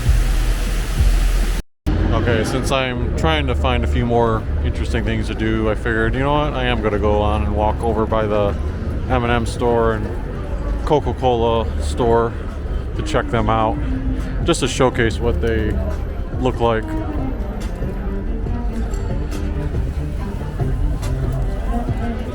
I mean, I've done a rather comprehensive tour of the Las Vegas Strip already, so I might as well check off those places, because those are pretty big. I mean, if you're visiting Las Vegas Strip for the first time, me and my brother definitely did. Like the first time we came here, Hershey store, M&M store, Coca-Cola store, those were some of the first things we did.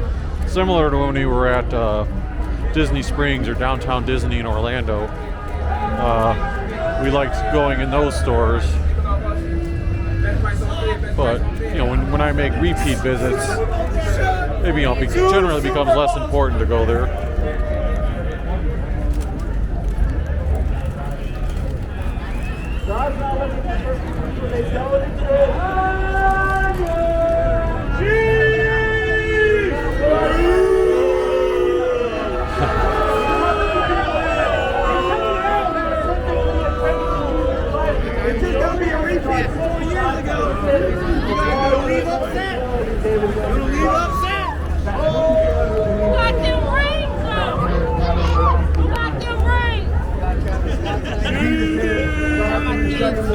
I know. Not to condemn the world, that it might be saved. You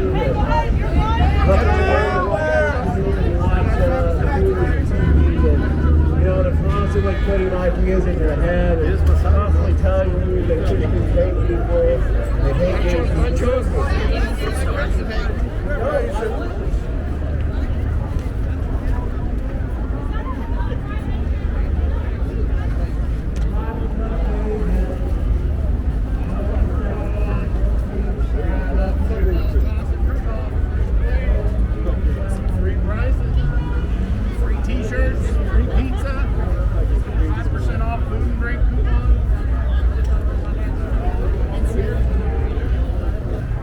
So you got the big Coca-Cola bottle there. Oh no, that's where the band is playing. Trying to remember if the store itself was behind it. Yeah, I don't think there's an entrance to the store there. I think this is the Coca-Cola store.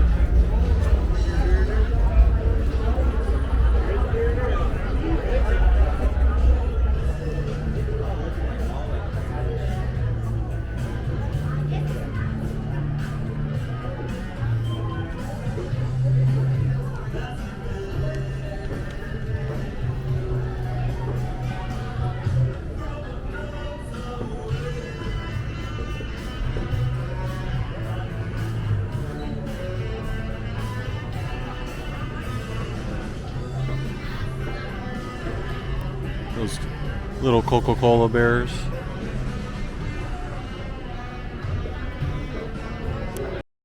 On the second level they have like a Coca-Cola bar where you can get your drinks and then hang out at the table over here. Can't remember if there's another level or not.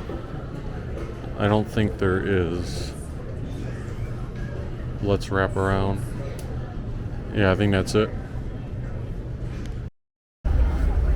Okay, so we just exited the Coca-Cola store.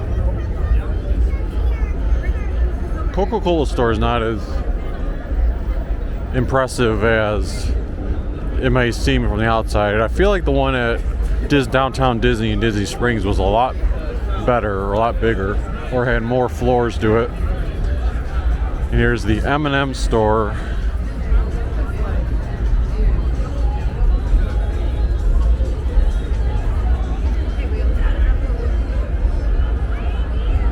M&M store, very colorful, all different colors, so the merchandise is going to make sense to have everything available in different colors. T-shirts, towels, mugs. This is more like it as far as the colors go, and you've got 4 different floors.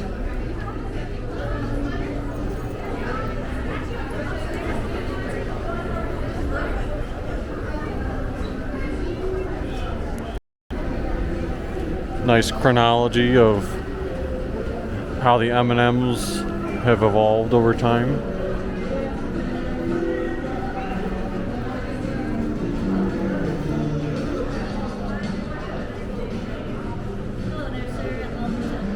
Thank you. You got M&M pillows.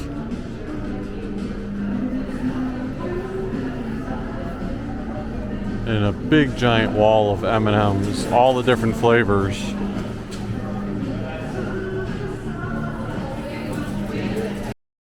So the third floor just have some more M&M merchandise, M&M keychains, more M&M pillows. That's what I'm saying, like every type of merchandise you can think of, you've got M&M versions of it. Mugs.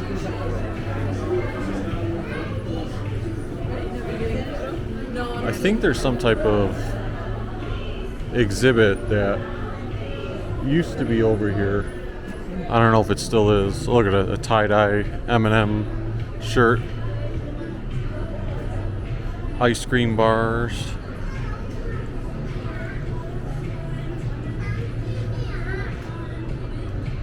M&M jackets.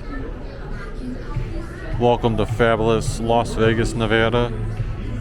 I like how they have a bunch of different selfie stations to pose with the M&Ms. And this is where you can design your own M&Ms and print like graphics on them. So that's pretty cool. You could make an M&M that has a little picture of Buford and Oscar on it. Alright, we've got one more floor to go in the M&M store. See, this is a lot more in depth than that Coca-Cola store. Ooh, look, you got M&M race car.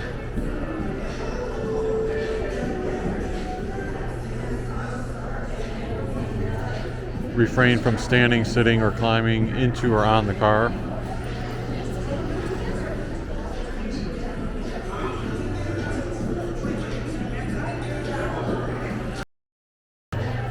You've also got a cleat on display from Dan Marino.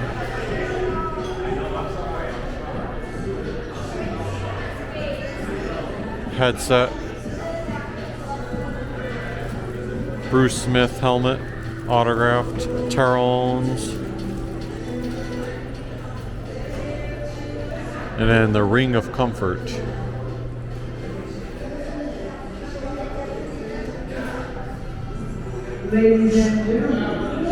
Whether that's true or not, it says they transformed it into a real, or carved into a real diamond. Yeah, I forgot how good the M&M store was. It's even better than the Hershey store. M&M store is like really interactive. Plenty of selfie stations, all the different colors, all the different merchandise. Good experience. You know what? For years and years, I've always seen this thing, Marshalls, and the arrows pointing downward, but I've never gone in it. So why don't we be a little adventurous and just see what's in the Marshalls underground.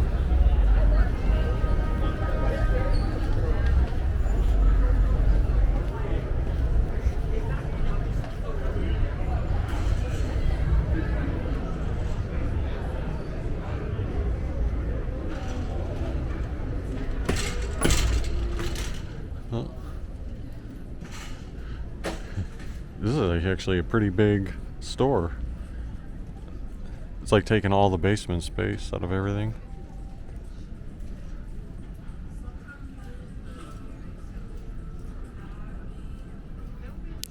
There's also a Burlington that goes downstairs. I wonder if it's similar.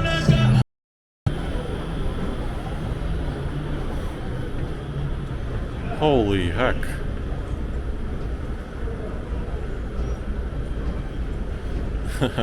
I didn't know there was these full-size underground stores. I mean, you see the signs for them, but like you just don't envision it. This is incredible. So I took the escalator down. Look at the depth. It goes like all the way back. That's even way bigger than the Marshalls. And then you've got the Target store, although the Target store is not nearly as big. So Target, you've got a little grocery section here. Oh look, they got a Super Bowl Bud Light sign. Oh, it looks like the Super Bowl football portion broke off. And then the cash registers are over there. Grocery section only goes to a certain extent. Clothing you can see is a few aisles. And then there's a beauty section. I mean, perfectly enough to snack on, but it's more, to me, this reminds me more of a Walgreens or CVS.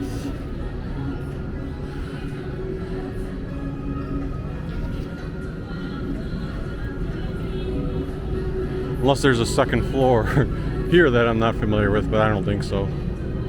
Yeah, that's the extent of it for Target. Even though the Target store is small, you do have big signage. I wonder what's on the upper levels, though. Earlier I mentioned this new project. The Strip evolved. Here's more kind of like a view of what the concept's looking like. And another view, I know I'm up close to it, but trying to show multiple levels, like a shopping mall. You see it in the skyline and you think... The big LED boards always shine brighter at nighttime.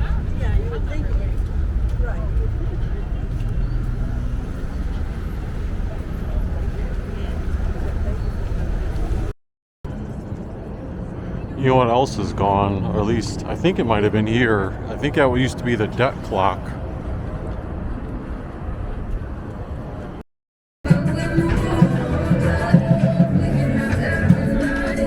So over here on the east side of the Strip,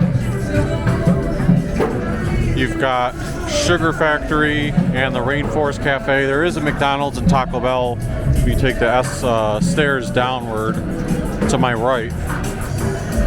Also another Walgreens.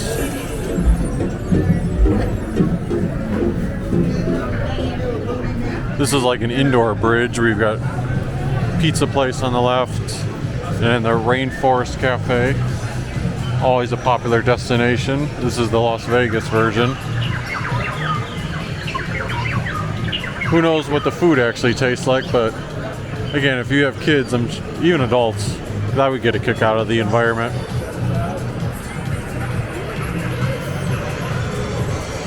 Panda Express, shrimp place up top. This might be like a gelato over here.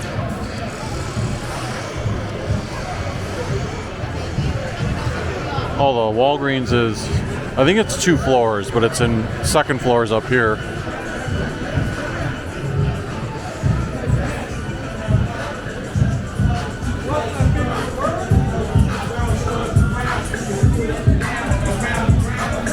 If you want to get piercings and tattoos, you can do so over there.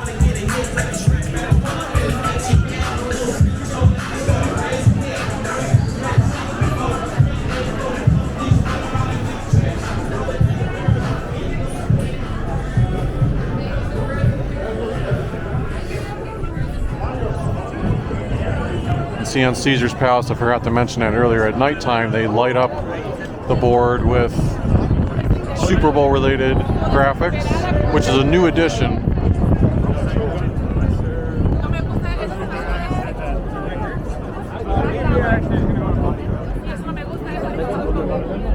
Look at the traffic now. This is what I was talking about when you try to take the Deuce to leave. You also have the Miracle Mile shops at Planet Hollywood right there, as well as a Chick-fil-A. So if you're looking for Chick-fil-A on the Strip, you can get it there. Debating maybe I should stay on this side, although the reason I was hesitant at first because the escalator is so backed up and there is no staircase on this one. It would take forever to get down there. Although I wonder... Yeah, I think I can go down this way. Hopefully. Maybe we can go down this way and just walk around. That'll be shorter. Another shot at the Las Vegas traffic. God, I would not want to drive in this. That's why I'm glad that the place that I parked, Sin City Hostel, is far away from the Las Vegas Strip, so I don't have to worry about ever driving in this. I mean, if I did want to drive on the Strip, I would, and I had a vehicle at the time, I would pick, well, there's the McDonald's over there, by the way, which I've eaten at a few times at like past the midnight hour if I had an overnight layover. Yeah, I mean, if there was no Super Bowl going on and it was like past midnight where there's no traffic on the strip, then I consider driving down, but otherwise I don't want to be stuck in this.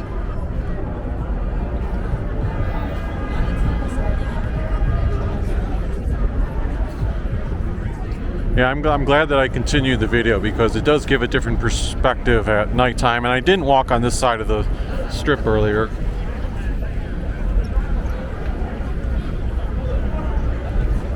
So Miracle Mile shops. The Chick-fil-A. Believe it or not, when I've been here in the past, the Chick-fil-A, it's crazy because in other places, like the line at Chick-fil-A at like a normal city is always jam-packed. But when you look at this, look, there's basically no one, there's no one in line. It's like, am I seeing things? Look at this guy right here. He's just going through the line right up to the window. No wait. People don't come to Las Vegas to get Chick-fil-A apparently. So some guy just got booked for some reason here, not sure why. There's also a place here called Pinup Pizza. I should check what their price is.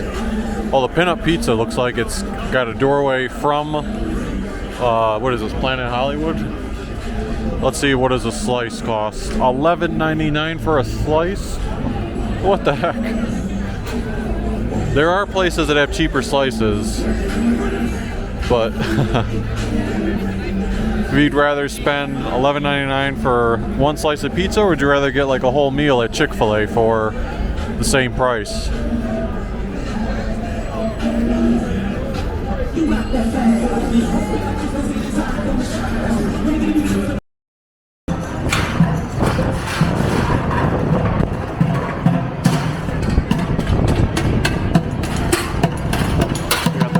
Casino, or egg, various Disney characters.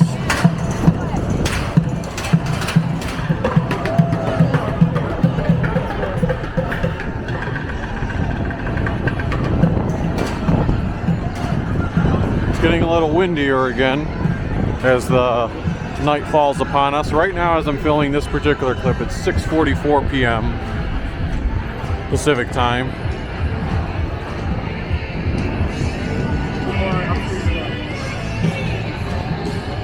There's the Bellagio fountains.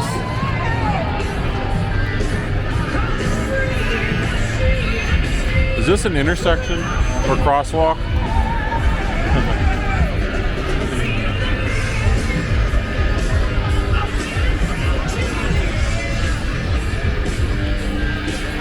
Let's still stay on this part of the street for now. Again, gives us a perspective we didn't get earlier.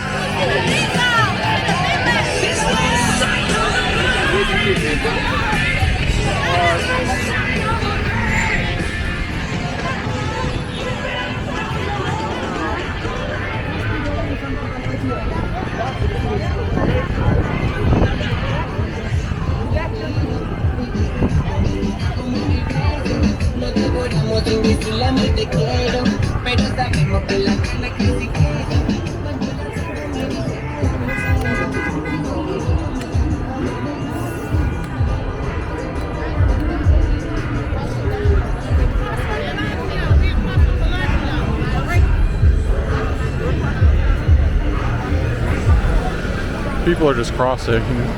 So I guess I'll go with the crowd. Usually I don't if there's a few people. Oh shit, it's changing from yellow. Well, it's the halfway part, so I'm stopping here.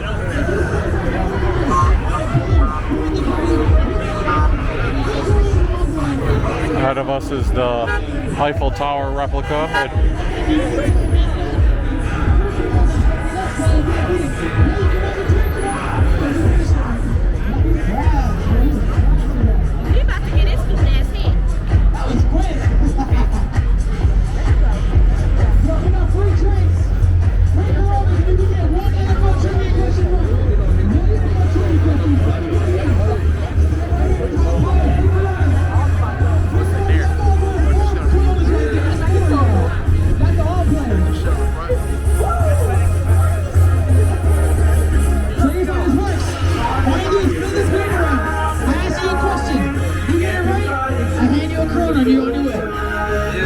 Double Corona, look, can Corona.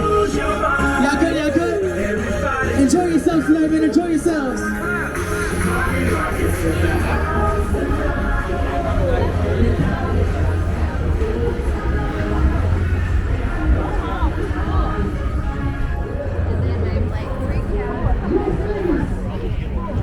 See, right now the CBS Sports stage is, well, actually the CBS Sports stage is over there, so that's still lit up, but I don't think anyone's doing commentary at this time of day. You've got, as I pointed out earlier, the digital board on the side of Caesar's Palace.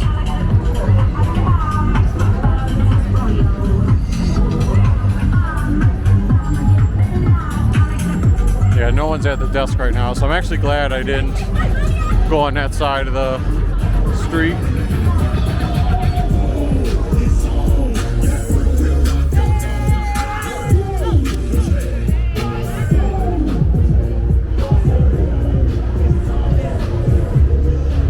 Big police presence at various parts of the Las Vegas Strip.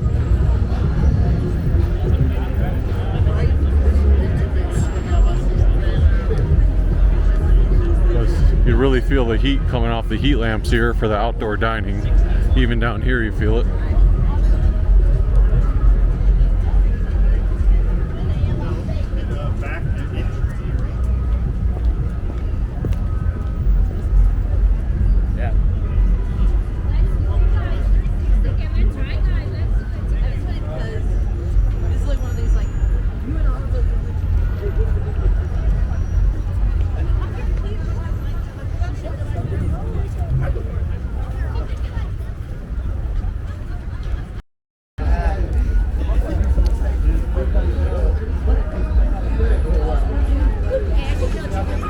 Down this way is the Horseshoe, as well as, oh, that's right, what did they call this stuff? This is where you would have all the mini shops.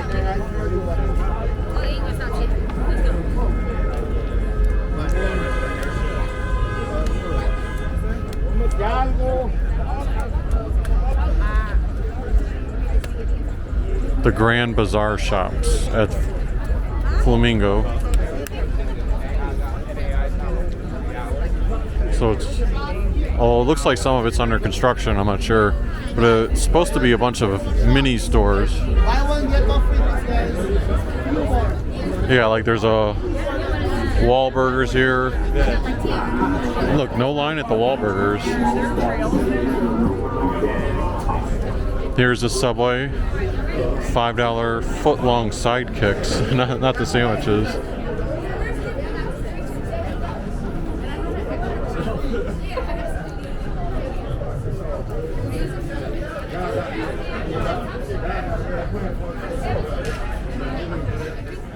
Ben & Jerry's ice cream.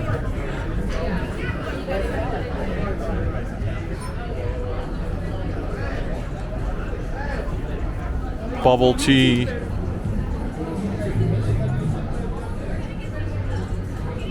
There used to be a Dirt Dog over here, but I have a feeling that moved to... Oh no, there is the Dirt Dog over here.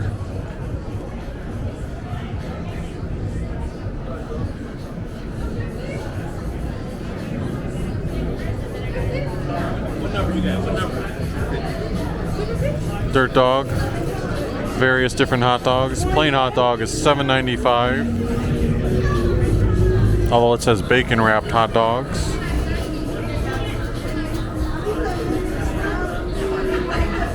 And there's also a Dirt Dog bar. So I tried the bacon wrapped plain hot dog with ketchup and plain french fries with salt at the Dirt Dog. So I got the plain stuff, as I said. But the taste-wise, it was really good. Very flavorful and tasty hot dog.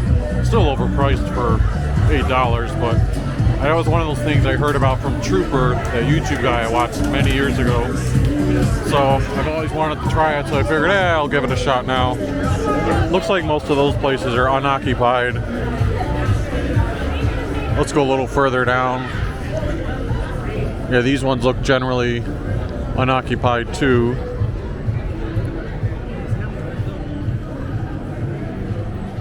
But you do have Dave's Hot Chicken here and some outdoor bar concept.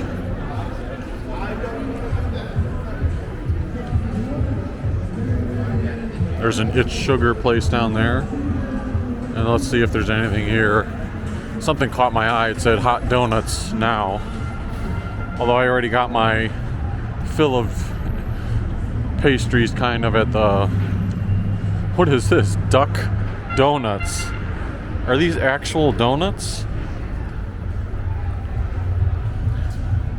No, these are just ducks, right? You can't eat those.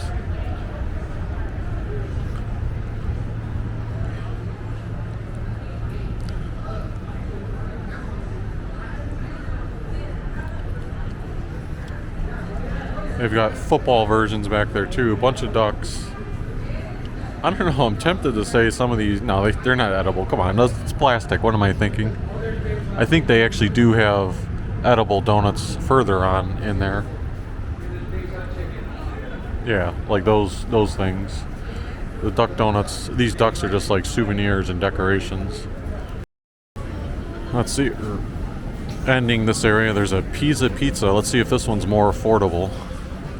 So pizza slices. What does the sign say? Cheese is $8.99 a slice. So not as expensive as the one earlier. There's a gyro and Mediterranean place here. And this bar seems pretty popular, whatever it is. Old Red.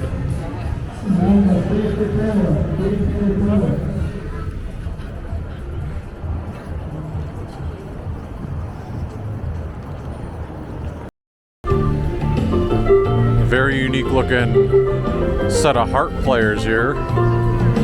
Guy sitting on a top chair. They're all painted in white.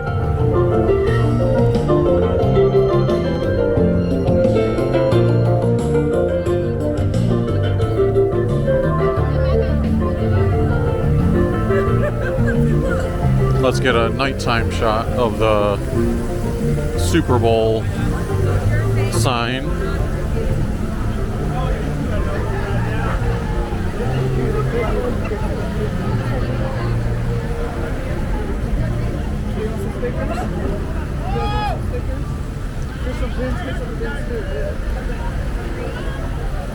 Let me get you some pins. Sure, I'll take some too if you're offering. Let me get you some pins too. Thank you. Other way, you got it upside down. So let's see what we got here.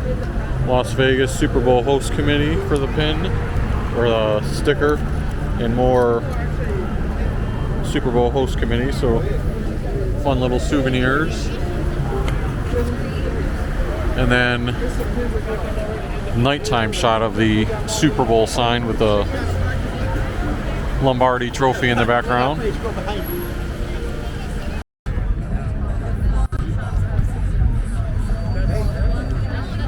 I feel like I've mostly covered everything I need to do, so I'm only going to film if I see like a short burst of something I can say that's interesting.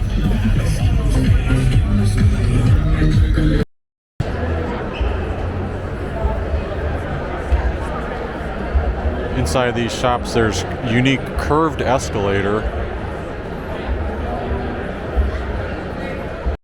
So I did get a little bit of clarification. I looked online and that Mirage Paramount Mountain thing is actually, or was actually free. So that's nice that they had another free event that fans could do. Considering the volcano is free, they didn't flip it into a paid exhibit then. Well, earlier I was on the other side of the street, but now you do get an up-close shot at the dedication to Siegfried and Roy and their lion. Or tiger, rather. Sorry, I meant tiger. Sorry, it's been a long day.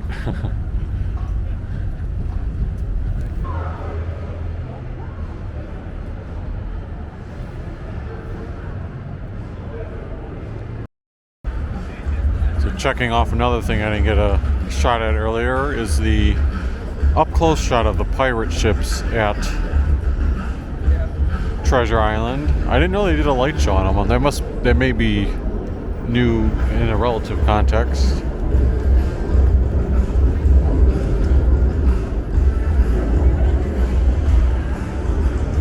And then this ship over here doesn't have a light show, but does have some lights on it. Forgot that there's a full-sized Macy's. I guess that's part of the crystal shops. I might as well go over there since that's the side that I'm on right now. Sorry, I called it crystal shops. That was misspoken. I meant fashion show.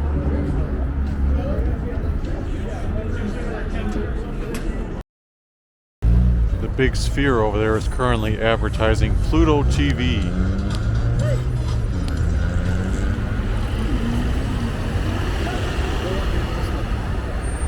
See how it can be effective for commercials. What did it switch to now? Oh, it's NFL.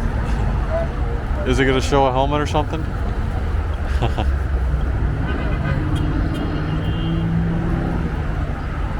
Maybe it is a helmet.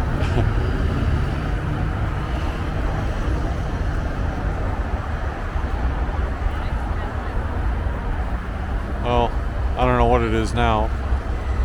Something bluish.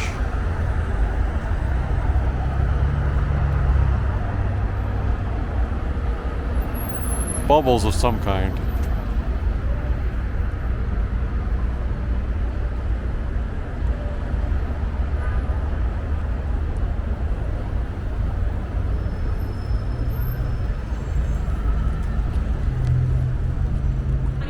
So we've got a mural of sorts on the stairs leading up to fashion show, and you can see on the outside it tells us which stores are located here: Macy's, Nordstrom, Dillard's, Forever 21, Neiman Marcus, Saks Fifth Avenue, Macy's men's store. Well, there are two different things, and a Dick's Sporting Goods. Apparently there's more because there's like Abercrombie and Fitch here. Yeah, there's the Macy's entrance, kind of like a shopping mall, like a traditional shopping mall. Somewhere there's a Dillard's, Nordstrom, Saks Fifth Avenue, and it even says there's a food court. Yeah, so this is pretty deep in depth because that's where we came from. The food court says it's over there, but then when you look over here to the left, it keeps on going. So back there is a Louis Vuitton, Michael Kors. Now it's starting to come back to me that there was a shopping mall here, but like I completely forgot that it was like structured like a traditional shopping mall. I thought it was, again, only some of those really high-end stores. But no, this is just like a shopping mall you would see in your typical big city or suburb.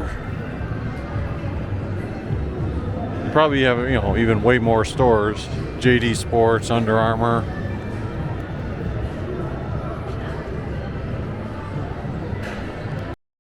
And it just keeps on going on. There's a Champion store. There's the regular Macy's. There's a big shoe palace here. Urban Outfitters. But then over there, it's where it says Macy's Men's. I've never heard of that. Specifically Macy's Men's. And then down this way, Saks Fifth Avenue, Dillard's, and I assume Dick's Sporting Goods. Yeah, look at this. It just keeps on going on and on. I really undersold this place earlier, thinking that it was just like a small selection of high-end stores. Lululemon. They've got a Lego store. I even undersold it a second time when I called this your traditional shopping mall. This is way bigger than a lot of the shopping malls. There's the Apple store, Vision Pro. It's got everything in it. Even beyond the food court, there's some food options down here like Chipotle and Johnny Rockets. It says Dick's Sporting Goods to the left. Some of the bigger stores are closed at this time of day because it's already 8:39. But there's Dillard's that are closed, and Dick's, I bet, is still open to the left. And Nordstrom is still open.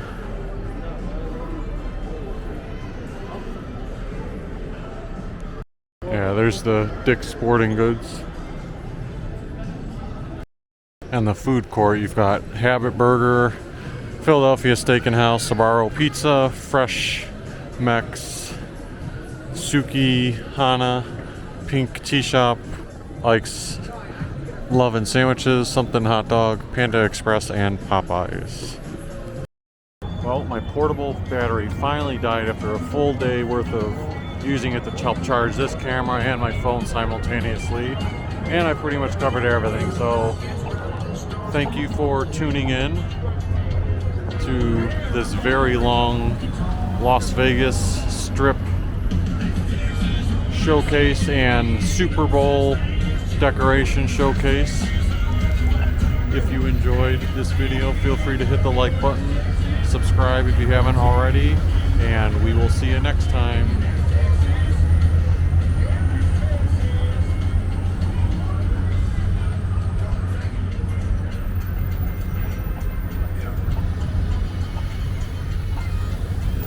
One quick bonus thing as I'm walking back this place, Tacos El Gordo. It looks jam-packed inside. I mean, look at the big line. It's like filled with customers. It must be good reviews. There's the Deuce bus headed back to the hostel. Get a load at the custom shirts being sold at Custom Kings.